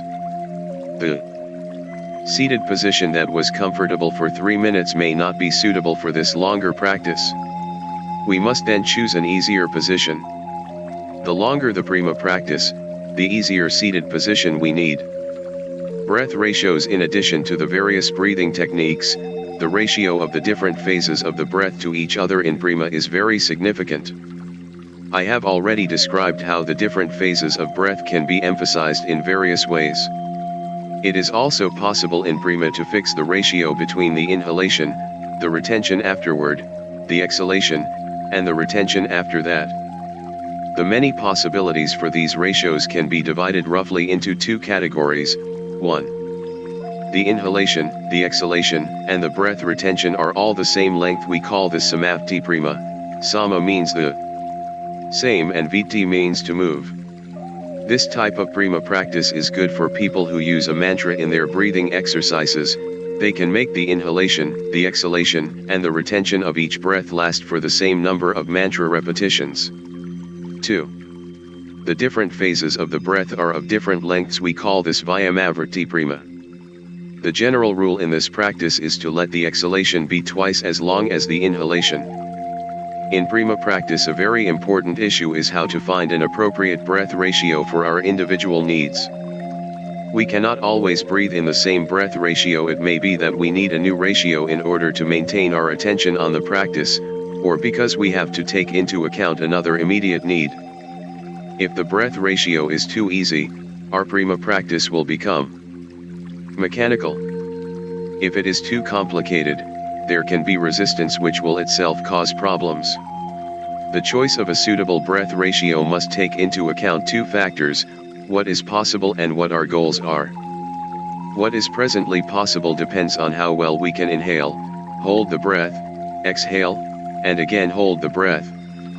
We can easily discover this by observing our breathing during asana practice. We can get a good idea of the limits of our breath by seeing if the breath wavers as the body makes demands on it in certain postures. Here is an example of how we observe our breath in different asanas in order to find out which breath ratio is suitable for our needs. Let's choose 3 different postures: a forward bend such as Paramavda, a backward bend such as Bhujagasana, and Sarvangasana, or the shoulder stand, a posture in which the throat area is restricted and the abdominal organs press on the diaphragm. In these asanas, let's make the inhalation and the exhalation the same length, say, 6 seconds each. Now imagine the result is this: the breath is comfortable and free in the forward bend. In the backward bend both the inhalation and the exhalation are shorter, and in the shoulder stand the exhalation is fine but the inhalation is too short. From this experiment we can see that we have difficulties lengthening the inhalation. I shall explain further. We can likely make the exhalation as long as desired in the forward bend because the contraction of the diaphragm and abdomen is not restricted, so the exhalation is easy. In the same way we are able to breathe out for as long as desired in the inverted posture. Normally it is harder to breathe out slowly in this position precisely because the weight of the abdominal organs on the diaphragm pushes out the air easily and so speeds up the exhalation. If someone can control the exhalation despite this, then it will be easy for them to lengthen the breath in prima. The short inhalation. In Bhujagasana, a posture that encourages the inhale as the natural breath rhythm, and the short inhalation in the shoulder stand show that the inhalation phase of our breath cycle is somewhat restricted. Asanas can tell us a lot not just about the body. If we set a breath ratio in which the inhalation and exhalation are the same length and observe the breath over a certain period in various asanas, we can also learn a lot about the breath. From this example we can design a prima practice in which the exhalation is longer than the inhalation. We might choose to breathe in a 1:2 ratio, that is, making the exhalation twice as long as the inhalation. In doing this we encourage the complete emptying of the lungs, which in turn encourages a more voluminous inhale. To strengthen the inhale we must work with the exhale. Before we pose questions like this in our own practice we should always first consider the more obvious things. If we are beginners in yoga who have just done a few exercises and now want to practice prima, we should not set ourselves on ambitious goals such as being able to hold the breath following inhalation after 1 month's practice, and following exhalation after 2 months. Our goals in the beginning should focus much more on finding out what we need in order to develop a deeper interest in our practice. We should increase the length of the breath retention after inhalation and exhalation only gradually. At every stage it is important that we feel well, both in body and breath, after each correctly chosen prima session. If we pay attention to this we can finally practice in such a way that every kind of prima becomes possible for us. Our goals determine what should soon be possible. They have to do with our needs and the direction our yoga practice is taking. We must accept where we are and move in the direction we want to go. The notion of moving from the point we are currently at to the point we want to reach is always present in yoga. Indeed, this is one of the definitions of yoga. Focus in prima. There are certain techniques that will help us maintain concentration in prima. In concentrating on the breath, we can focus on the flow of the breath, the sound of the breath, or the place where the most work is occurring. The latter will be determined by the phase of breathing we are in. For example, during exhalation, and in holding the breath following exhalation, our concentration is directed toward the abdomen. Conversely, it is directed toward the chest region when inhaling and holding the breath following inhalation. Even though it seems like such an easy thing, it is actually very difficult simply to follow the movement of the breath. In the moment when we concentrate on the breath, it has a tendency to change. We are inclined to control the natural breathing ratio, to disturb it. When we follow the breath, we tend to go in one of two directions. Either we occupy ourselves with the feel of the breath, or we simply observe it. If we just observe it, we do not have to do anything with the activity of the breath itself. It is like watching the flow of a river. When we are able to do this, we find ourselves almost in a state of meditation.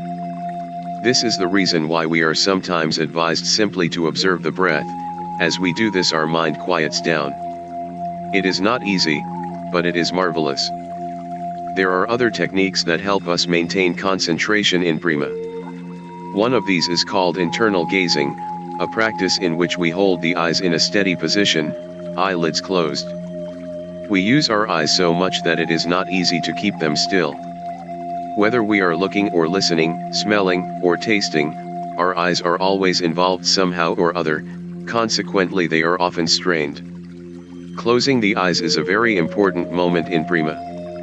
In internal gazing, we direct the eyes as if we were looking at the belly, the navel, the tip of the nose, or the point between the eyebrows. Or we hold an image before our eyes, such as the full moon, the rising sun, or the sign of a mantra. Gazing is an exercise. When we first begin practicing this kind of gazing, we run the risk of getting headaches if we do it during inhalation and exhalation. It is advisable to begin gazing in your chosen manner only while holding the breath. That is easier as everything is still while the breath is held.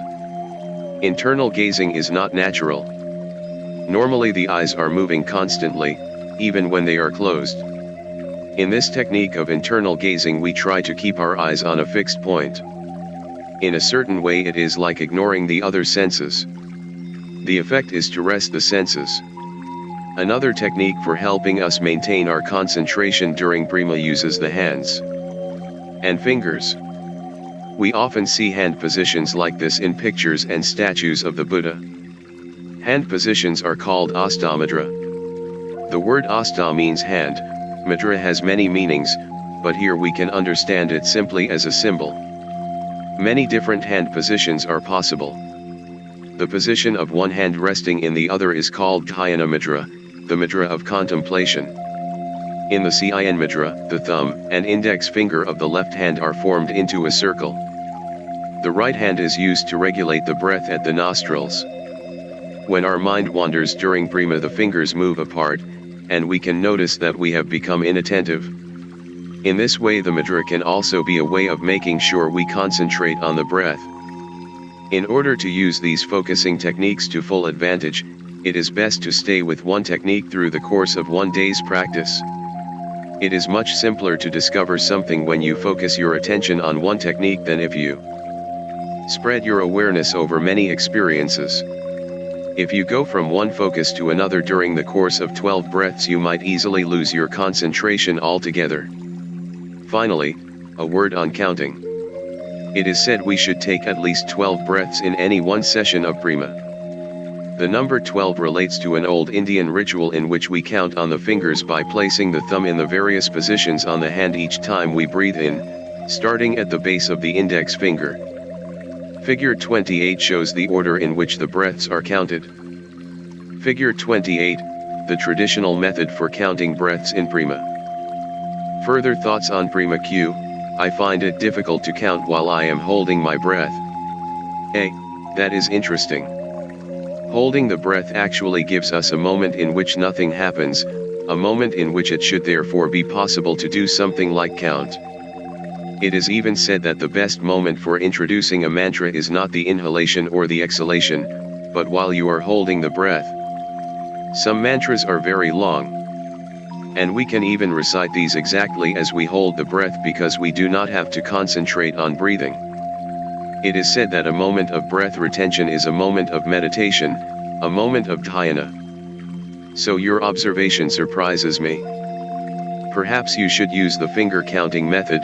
Simply place the thumb on a finger joint as you breathe in, then move the thumb rhythmically on the joint, 1 beat per second, in order to count the length of the retention. That can sometimes help. The ultimate goal is not to have to use any techniques. Q. Should we really be able to practice prima without counting the breaths or the ratios between the phases of the breath? A. Yes. What else is prima than being with the breath? But that is very difficult, and it's why we have so many techniques. Normally our body has its own rhythm and we are not conscious of our breath. As we count, we are occupied with our breath. Lots of people say that prima is boring. They say that just sitting there and doing breathing exercises is quite ridiculous. There seems to be more challenge in asanas, they produce a visible result. But when we are totally occupied with prima, who is bothered about numbers then? Counting and types of breathing, ratios, and techniques, these are just the means, not the goal. The goal is not to use any technique at all. When we can simply be with the breath, actively observing the breath, then we are practicing the highest form of prima. But that is easier said than done. Q. Can you say something more about holding the breath after the exhalation? A. We use this kind of breathing when we want to focus our work in the abdominal area. Holding the breath after exhalation is in general more difficult than holding it after inhalation. Q. Can you relax the diaphragm during breath retention after inhalation or exhalation? A. If you breathe incorrectly, there is no particular reason to relax the diaphragm deliberately. But if you raise the chest too much on inhalation, the lungs will be extended beyond their natural limit and the diaphragm will be sucked in and upward. You will know this has happened if you feel a slight restriction in the throat after inhalation. This is when you must consciously relax the diaphragm. On the other hand, when you contract the abdomen too strongly as you exhale, the air flows out too quickly and you cannot control it well. Similarly, the airflow on inhalation can no longer be controlled if the abdomen is still contracted after exhaling, no matter how complete the exhalation may have been. If you hear or feel a choking sound as you begin to breathe in, it is a sure sign that you have contracted the abdomen too strongly. You can feel all that in the throat. Every time we do too much, we cause tensions in the diaphragm. If we have contracted the abdomen too strongly on exhalation, we must deliberately relax the diaphragm then as well. Q. Do you have to prepare in the same way every day for a difficult prima practice? A. We can prepare in various ways. Certainly it is always necessary to do some preparation. If we are aiming at a particular breath ratio and choose the asanas well for our preparation, then the preparation can be relatively short. If we want to practice holding the breath after inhaling and exhaling, for instance, we will not do a lot of strenuous postures beforehand. Q. Do you always do prima after asanas? A. It is better to do prima after asanas, provided they are not too strenuous and help us to breathe well. There are exceptions, but as a rule we do asanas before prima. Q. Can we develop the ability to gaze? A. Yes, of course. To begin, you gaze internally at the center of the breath's movement, that is, at the area of the diaphragm. During inhalation you direct your gaze there, and as you hold the breath you hold your gaze there too. When you breathe out, let the eyeballs roll downward toward the navel. The next step would be to hold your gaze on the same point during your whole prima practice, irrespective of whether you are breathing in or out. So begin by gazing only while you hold the breath, and then try it as you breathe in and hold the breath. After a few months you will probably be able to gaze without any problems for your whole prima practice. Q. Do we really use the eye muscles during gazing, or do we just imagine that? A. The eye muscles cannot be relaxed during gazing, we are using them. But the various gazing techniques have different effects.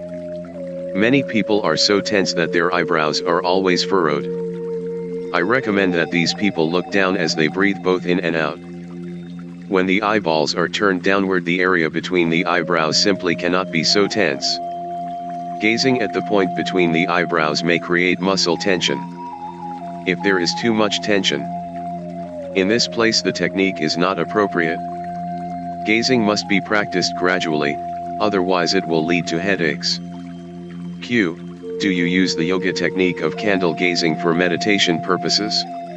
A. Gazing at a candle is a form of external gazing. In India we have a custom whereby we gaze at the sun through a certain hand position every morning. The idea behind this is to make ourselves familiar with the shape of the sun so that we can visualize it with our inner eye during prima. Gazing at a candle, which we call trika, is something similar, but it is not necessarily linked to prima. Sometimes it is used as an eye exercise. Gazing in prima is directed to the inside rather than to the outside, because in prima we are orienting ourselves to what is within. Q. Can't we be distracted in holding a mudra during prima if we are concerned about our hand position? A. Of course. Precisely for this reason we practice all these techniques gradually. If you were to learn prima with me, I would not even mention these techniques for a long time, and would only introduce them gradually and carefully. Whatever we try in order to gather our energies must be done gradually. If we do anything too quickly, it blows us apart. Krishnamacharya demonstrating Mahamudra. Krishnamacharya in Janu Arsana. Krishnamacharya in Malabandhasana demonstrating all three bandhas. 7. The bandhas play an important role in the cleansing processes of yoga. I have already explained how prima helps to reduce waste matter in the body by directing the Agni, the fire of life. Bandhas are the means by which this process can be intensified. The old texts tell us that by using the bandhas, the Agni can be directed to the exact place where the rubbish has settled and is blocking the flow of energy in the body. The bandhas intensify the effect of the fire. The word bandha means to bind or tie together, to close. In the way it is used in yoga, bandha also means to lock. When we execute a bandha, we lock certain areas of the torso in a particular way. The three most important bandhas are the Jalandhara bandha, the Uddiyana bandha, and the Mula bandha. Jalandhara bandha involves the neck and upper spine and makes the whole spine erect. Uddiyana bandha focuses on the area between the diaphragm and the floor of the pelvis. Mula bandha involves the area between the navel and the floor of the pelvis. Bandha techniques. To learn the bandhas you must work with a teacher. That is the only way to learn these techniques safely. In learning the bandha techniques you always begin with Jalandhara bandha.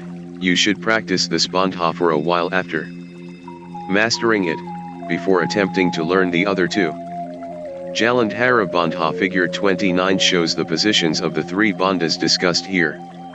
To begin Jalandhara bandha, we lift the spine so that it is very straight. The head is then pulled back a little, the neck is stretched, and the chin is lowered. As long as the chin is down and the back is straight, we are in Jalandhara bandha. This bandha is possible to perform with many, though not all, asanas. Uddiyana bandha only when you are certain of and well practiced in Jalandhara bandha should Uddiyana bandha be attempted. In this technique the diaphragm and the lower abdomen are raised. As you begin to exhale you contract the abdomen. By the end of the exhalation the abdomen should be fully contracted, drawn up and back toward the spine. With this contraction the diaphragm rises. When this bandha is mastered, the navel moves toward the spine and the rectal and back muscles contract. At the completion of Uddiyana bandha the whole abdominal area is hollow. Figure 29, the position of the Jalandhara, Uddiyana, and Mula bandhas. In this practice it is very important that both the contraction and the relaxation of the abdomen occur slowly. If the breath is held for 10 seconds after the exhalation, for example, then you should take at least 2 seconds to release the abdomen. If the abdomen is not fully relaxed after Uddiyana Bandha, the following inhalation will be restricted and you will experience a choking feeling. It is easy to get the right feeling for Uddiyana Bandha in some of the easier asanas such as Takamudra and Adho Mukha Svanasana, see Figure 30. Figure 30, easy asanas in which to practice the bandhas are Takamudra, 1, and Adho Mukha Svanasana, 2. Only when the bandhas have been mastered in these positions should you think of practicing them in Mahamudra, 3. Mula Bandha. Mula Bandha develops out of Uddiyana Bandha. We release the upper abdomen and diaphragm but maintain the contraction in the lower abdomen. In other words, the area below the navel remains contracted while the area above it is released. We move from Uddiyana Bandha into Mula Bandha, holding the breath after the exhalation for both. We can maintain Mula Bandha during the following breaths, even while inhaling. Bandhas and asanas. We should begin practicing the bandhas in simple asanas so that the body can get used to them. Figure 30 illustrates some of these asanas. The easiest position is lying flat on the back with the arms resting on the floor over the head. 1. We can practice Uddiyana Bandha in this position, which is called Takamudra. Taka refers to the big pools on the temple grounds in India. Hollowing the abdomen in this position reminds us of one of these pools. Another simple position for practicing the bandhas is Adho Mukha Svanasana, the downward facing dog pose. 2. Anyone who can easily practice the bandhas in these positions is ready to try them in a sitting position such as Mahamudra. 3.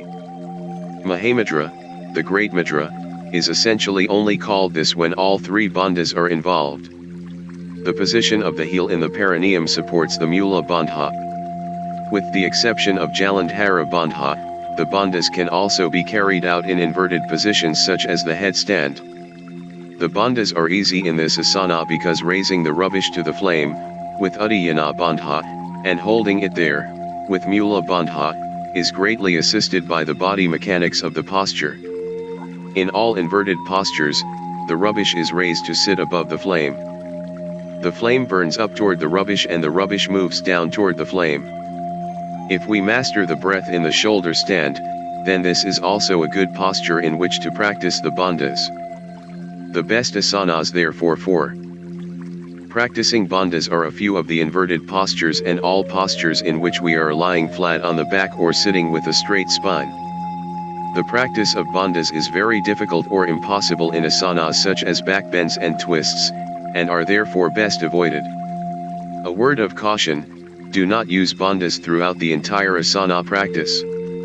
Like all other yoga techniques, bandhas should be practiced artfully and not obsessively. The help of a good teacher is essential. Bandhas and prima only when we can comfortably execute the three bandhas in the asanas discussed above are we advanced enough to introduce them in our prima practice. Let's consider how the bandhas intensify the cleansing effect of prima. Jalandhara Bandha positions the torso in such a way that the spine is held erect.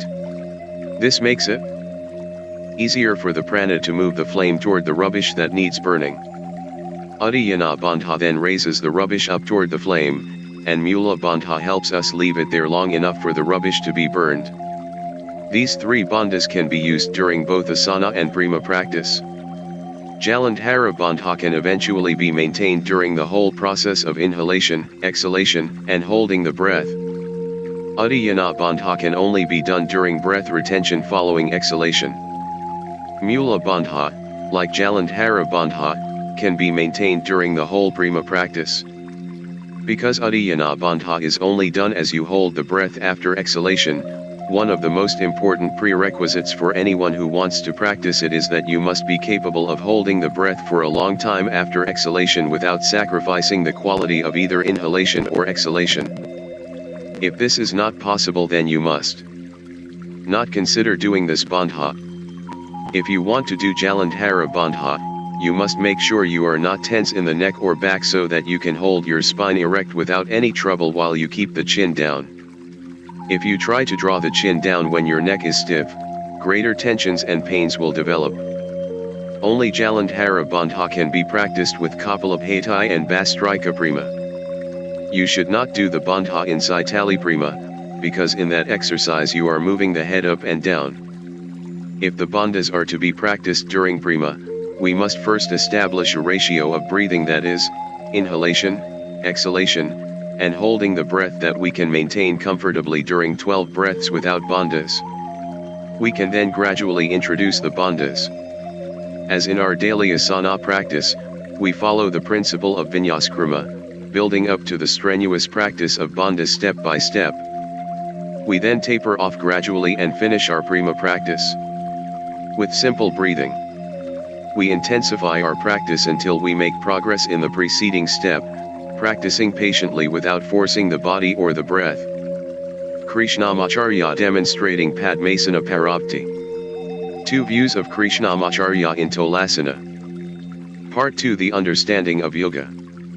Krishnamacharya teaching Padmasana. Krishnamacharya demonstrating Sanmukhamudra. Krishnamacharya and his wife, Namagiriyama. Krishnamacharya in 2 variations of Niralamba Sarvangasana. 8. The things that darken the heart. There are many definitions of yoga, and I have already mentioned some of them.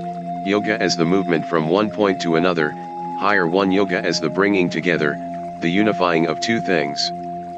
Yoga as action with undivided, uninterrupted attention. These definitions of yoga have one thing in common, the idea that something changes. This change must bring us to a point where we have never been before.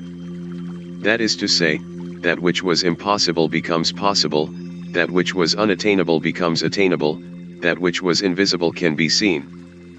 One of the basic reasons many people take up yoga is to change something about themselves, to be able to think more clearly, to feel better, and to be able to act better today than they did yesterday in all areas of life. In these endeavors, yoga can be of great help, and it requires no prerequisites that must be fulfilled before we set out on this path. Just because yoga originated in India does not mean that we must become a Hindu in order to practice it. On the contrary, it is not even expected of a Hindu that he or she practice yoga. Yoga does not require a particular belief system, and, if we already have one, it is not challenged by yoga. Everyone can begin, and the point at which we start is very personal and individual, depending on where we are at the time. Why do we set out on this journey at all? Because we sense that we do not always do what might be best for ourselves or others. Because we notice that we often do not recognize the things around us and in us clearly enough. And why does this happen? Because the veil of avidya clouds our perceptions. We can, in any given moment, be right or wrong in our assessment of a situation, but this is something we cannot tell at the time. If our view of a situation is false, then avidya is present and the ensuing action will be clouded by it. In this way, avidya influences both our action and the results of our action, which we will sooner or later have to confront.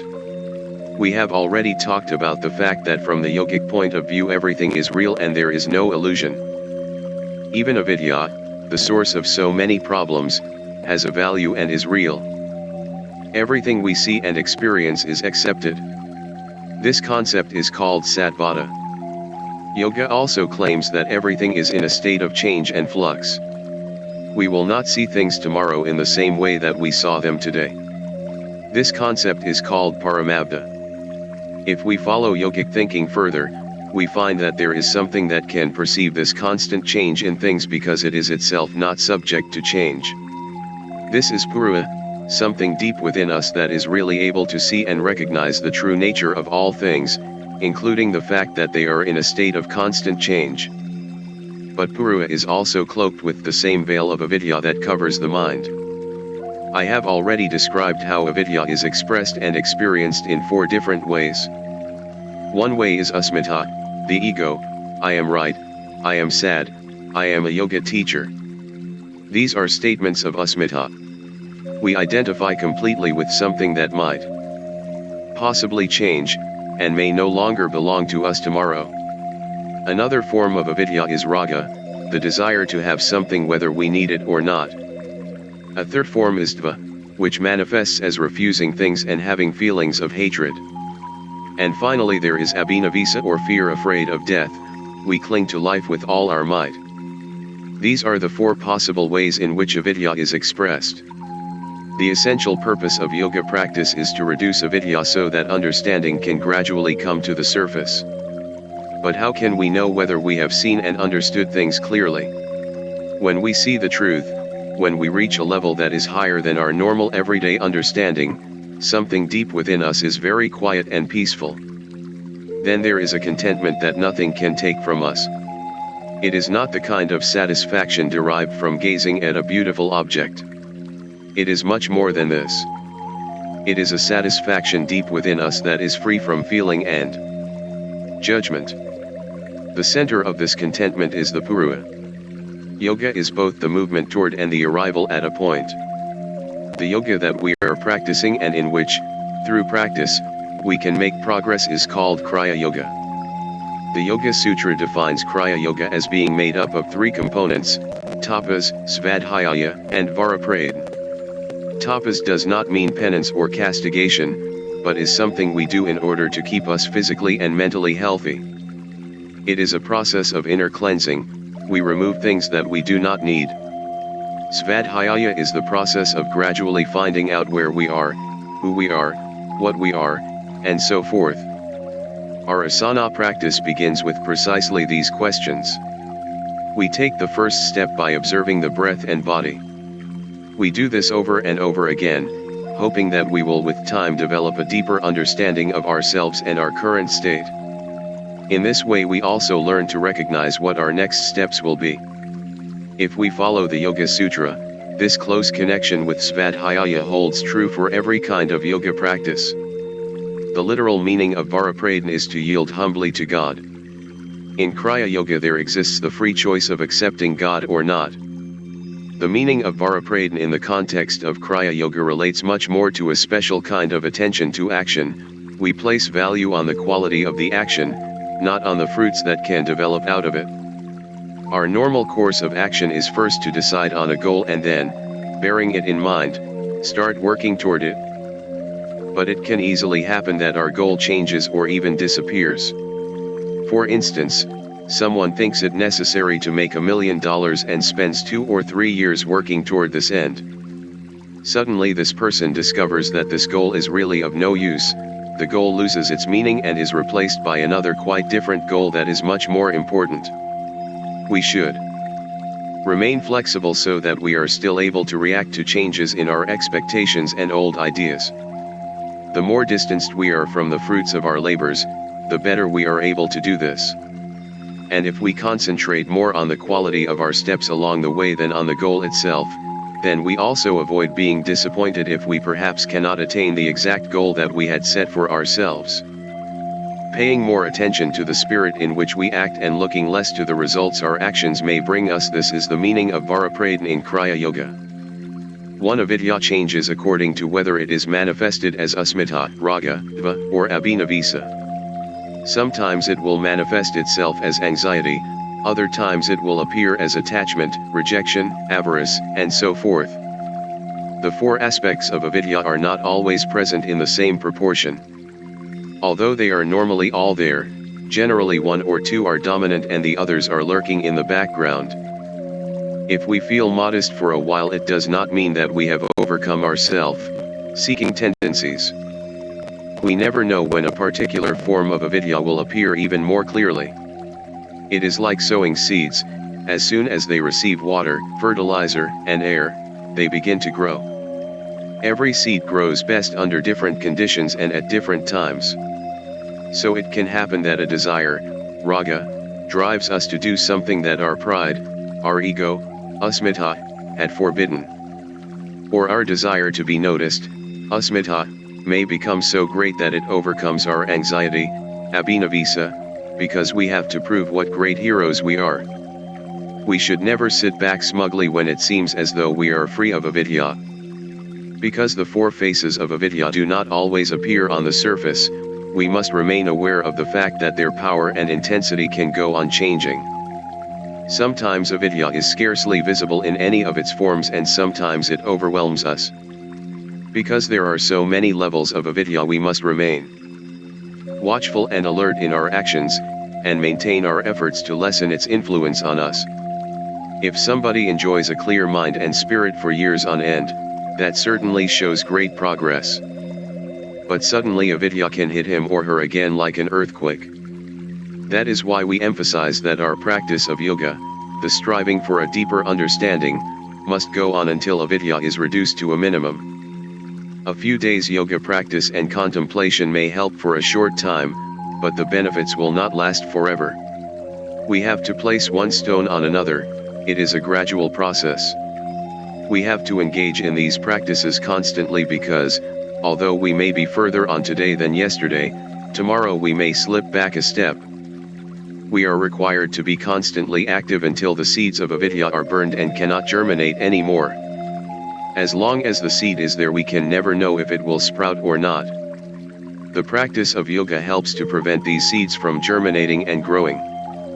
Again, avidya is as closely related to non-action. Even non-action has consequences. The Yoga Sutra claims that whether our actions have positive or negative effects is determined by the degree of influence avidya has over them. 2. The Yoga Sutra makes a distinction between two kinds of action: action that reduces avidya and brings true understanding, and action that increases avidya. We increase avidya by feeding it and reduce avidya by starving it. Our actions encourage or discourage the growth of avidya. Everything we do in yoga, whether it is asana practice, prima, or meditation, whether it is attentive observation, self-searching, or the examination of a particular question, all have as their goal the reduction of avidya. Nothing we do is without consequence.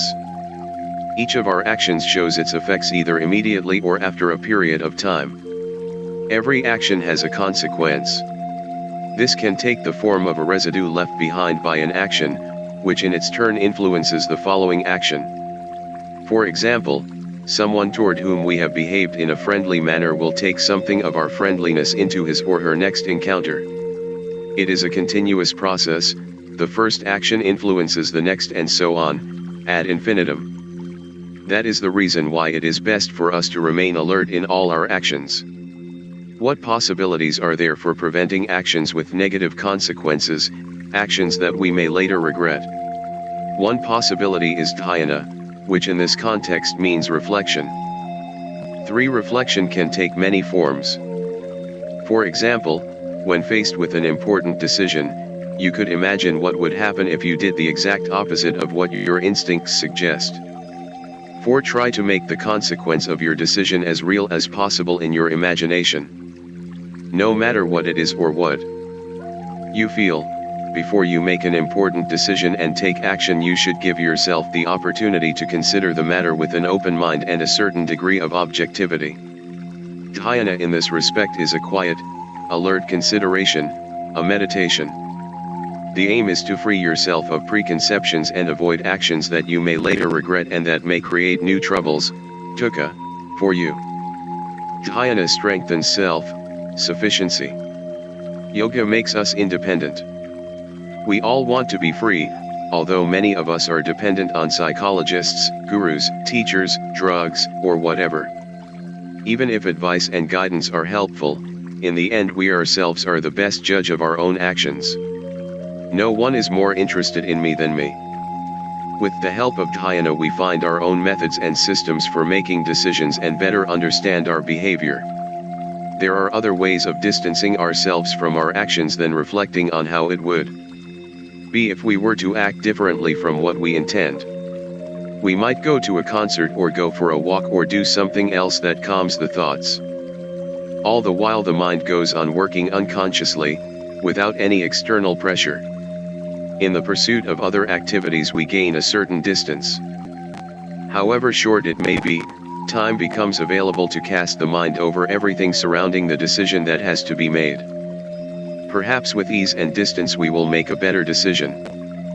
Stepping out of a situation in order to get a better look at it from another standpoint is called pratipaka. The same word describes the process of considering other possible courses of action. 5. The time spent in dhyana is extremely important. Through self-reflection our actions gain in quality. Another notion closely linked to avidya is that of dukkha. Sometimes terms such as suffering, troubles, or sickness are used to explain the meaning of dukkha, but it is best described as a feeling of being restricted. Dukkha is a quality of mind that gives us the feeling of being squeezed. It is not to be compared with physical pain.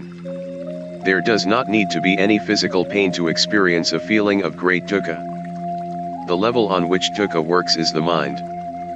Dukkha is nothing but a certain state of mind in which we experience a limitation of our possibilities to act and understand. Even if we do not have a need to express our feelings in tears, somehow we feel disturbed deep within ourselves, painfully bound and restricted.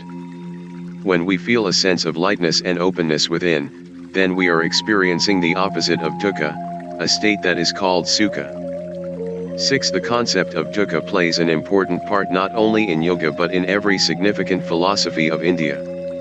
There is dukkha at different times in the life of every human being. We all have the goal of eliminating dukkha. That is what the Buddha taught.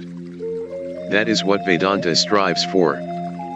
That is what yoga tries to achieve. Dukkha arises from avidya. What is the relationship between dukkha and avidya? Every action that stems from avidya always leads to one or another form of dukkha. It very often happens that we do not see our avidya as selfishness, desire, hate, or fear, but can only perceive the result, the dukkha. Dukkha can be expressed in many different forms, we never know how before it besets us. Sometimes we might literally feel as if we are choking, other times we only notice dukkha in our thoughts and feelings. Irrespective of what form it takes, however, dukkha will certainly occur whenever our actions have arisen out of avidya. An action that is supported by a clear mind cannot conceal any dukkha within it. Consequently, there are actions that somehow never have any negative aspects, and there are others that we thought would be good but later on we recognize that they brought us dukkha. Dukkha can even arise out of our efforts to progress along the path of yoga. When we see something that we would like to have, there is no dukkha initially present. Dukkha begins to take hold when we cannot get what we want. People often feel that they suffer from this kind of dukkha precisely when they are in the process of improving their lives. They become so thirsty for real insight that they cannot reach this new quality of understanding and action as quickly as they would like. In the great spiritual literature of India there are many stories of people who strive to become better but are in such a hurry, and therefore achieve so little, that they develop dukkha and are unhappy. And this happens despite the fact that they have tried to change something for the better. We also talk of dukkha when we cannot make ourselves comfortable in a new situation. Dukkha can arise from being used to certain things and insisting on nothing else. When our habits are disturbed, we feel unwell. If we cannot continue life in our habitual way, we experience it as a disturbance. This form of dukkha arises from our own actions, which have brought to us a feeling of satisfaction. Dukkha can also be generated from the other direction. Sometimes the process of leaving an old track that we realize is not good for us is painful and can cause dukkha. That is the reason why it is sometimes difficult to lay aside a certain behavior that we recognize as unproductive. The separation from a pattern we are used to can be very painful. It is up to us to find out why so that we can overcome the situation. 7. Dukkha arises out of the guna. To understand dukkha we must understand the three qualities of mind described by yoga. These three qualities, tamas, rajas, and sattva, are collectively known as the guna. 8. Tamas describes the state of heaviness and slowness in feeling and decision. Let's say that a feeling of great lethargy comes upon you when you are supposed to give a speech. You would suddenly have great difficulty in remaining alert, your audience, and you yourself, would be discontented, and finally you would experience dukkha. This kind of lethargy is what is meant by tamas. A different situation exists when it is really time to go to sleep but the mind says, come on, let's go. Let's go to the movies. You must go to the movies. How can you want to go to bed now? This quality of mind would like action, would like to dance. This quality is called rajas, and also produces dukkha. The third quality of mind describes the absence of the other two. There is neither heaviness and lethargy nor raciness and restlessness, but only clarity. This is called sattva, and from this quality of mind alone can arise no dukkha. These three qualities are subject to their own cycles. Sometimes one prevails, sometimes another. Only sattva, clarity, is totally positive in the sense of leading to a reduction of dukkha. Rajas and tamas can both lead to dukkha. For instance, if I really need sleep and want to go to sleep, then my mind is tamas, and that is good. But if I am to give a lecture or would like to listen to one, a state of mind that is predominantly tamas causes considerable difficulties. All the factors that lead to the occurrence of dukkha work in us as forces that reduce our space and freedom and ultimately limit us. If we are alert enough, we can be aware of the play of these forces within us all the time. Through our yoga practice, we are attempting to become more aware of these movements within, to reduce the limitations that result from them and to avoid the occurrence of dukkha in the future. When we become aware of dukkha and see it as something to face, we are also able to find a way to get rid of it. That is why becoming aware of dukkha is the first step toward freeing ourselves from it. Finally, yoga claims that there is a state called kaivalya in which someone is free of the external concerns that cause such disturbances and generate dukkha. 9. Let's say I have a radio that means a lot to me. One day my son breaks it. I am furious and become angry with him even though he did not do it deliberately. Actually, I should not have become angry. It is only a radio after all. While I should not actually encourage my son to be careless, I must also be flexible enough to see what really happened. A little flexibility always reduces dukkha. Krishnamacharya in Trikonasana variations, Uthita, above, and Parivti. 9. Actions leave traces. I have already discussed how the incorrect knowledge of avidya affects our actions. Sometimes we do not see things as they are and act out of misunderstanding. Often that action does not have an immediately negative outcome, but sooner or later we begin to suffer from its effects. One action arising from a faulty perception can influence the next, and thus we become gradually less free. We simply walk the same old track, and the result is dukkha, a feeling of being restricted, of not being free. Dukkha arises when we do not get what we want. It arises from desire. Dukkha also results from wanting to repeat a pleasant experience that actually cannot ever be repeated because the situation has changed. Another form of dukkha is experienced when we become habituated to having something and suddenly do not have it anymore. In this case, dukkha arises because we have to give up something we are used to. Dukkha, the lot of those who seek the Yoga Sutra, states that although dukkha can be found everywhere, we do not always perceive it, and indeed there are some people who never become aware of it at all. But it is precisely those who are searching for clarity who often experience dukkha particularly strongly. Vyasa's commentary on the Yoga Sutra gives a wonderful example of this. The commentaries on the Yoga Sutra are discussed in Appendix 1. It says that dust that lands on the skin is harmless, but if only a tiny particle gets into the eye, it is very painful. In other words, someone who is searching for clarity becomes sensitive because the eyes must be open, even if what they see is sometimes very unpleasant. One who is searching feels or sees things long before other people do. He or she develops a special insight, a particular kind of sensitivity.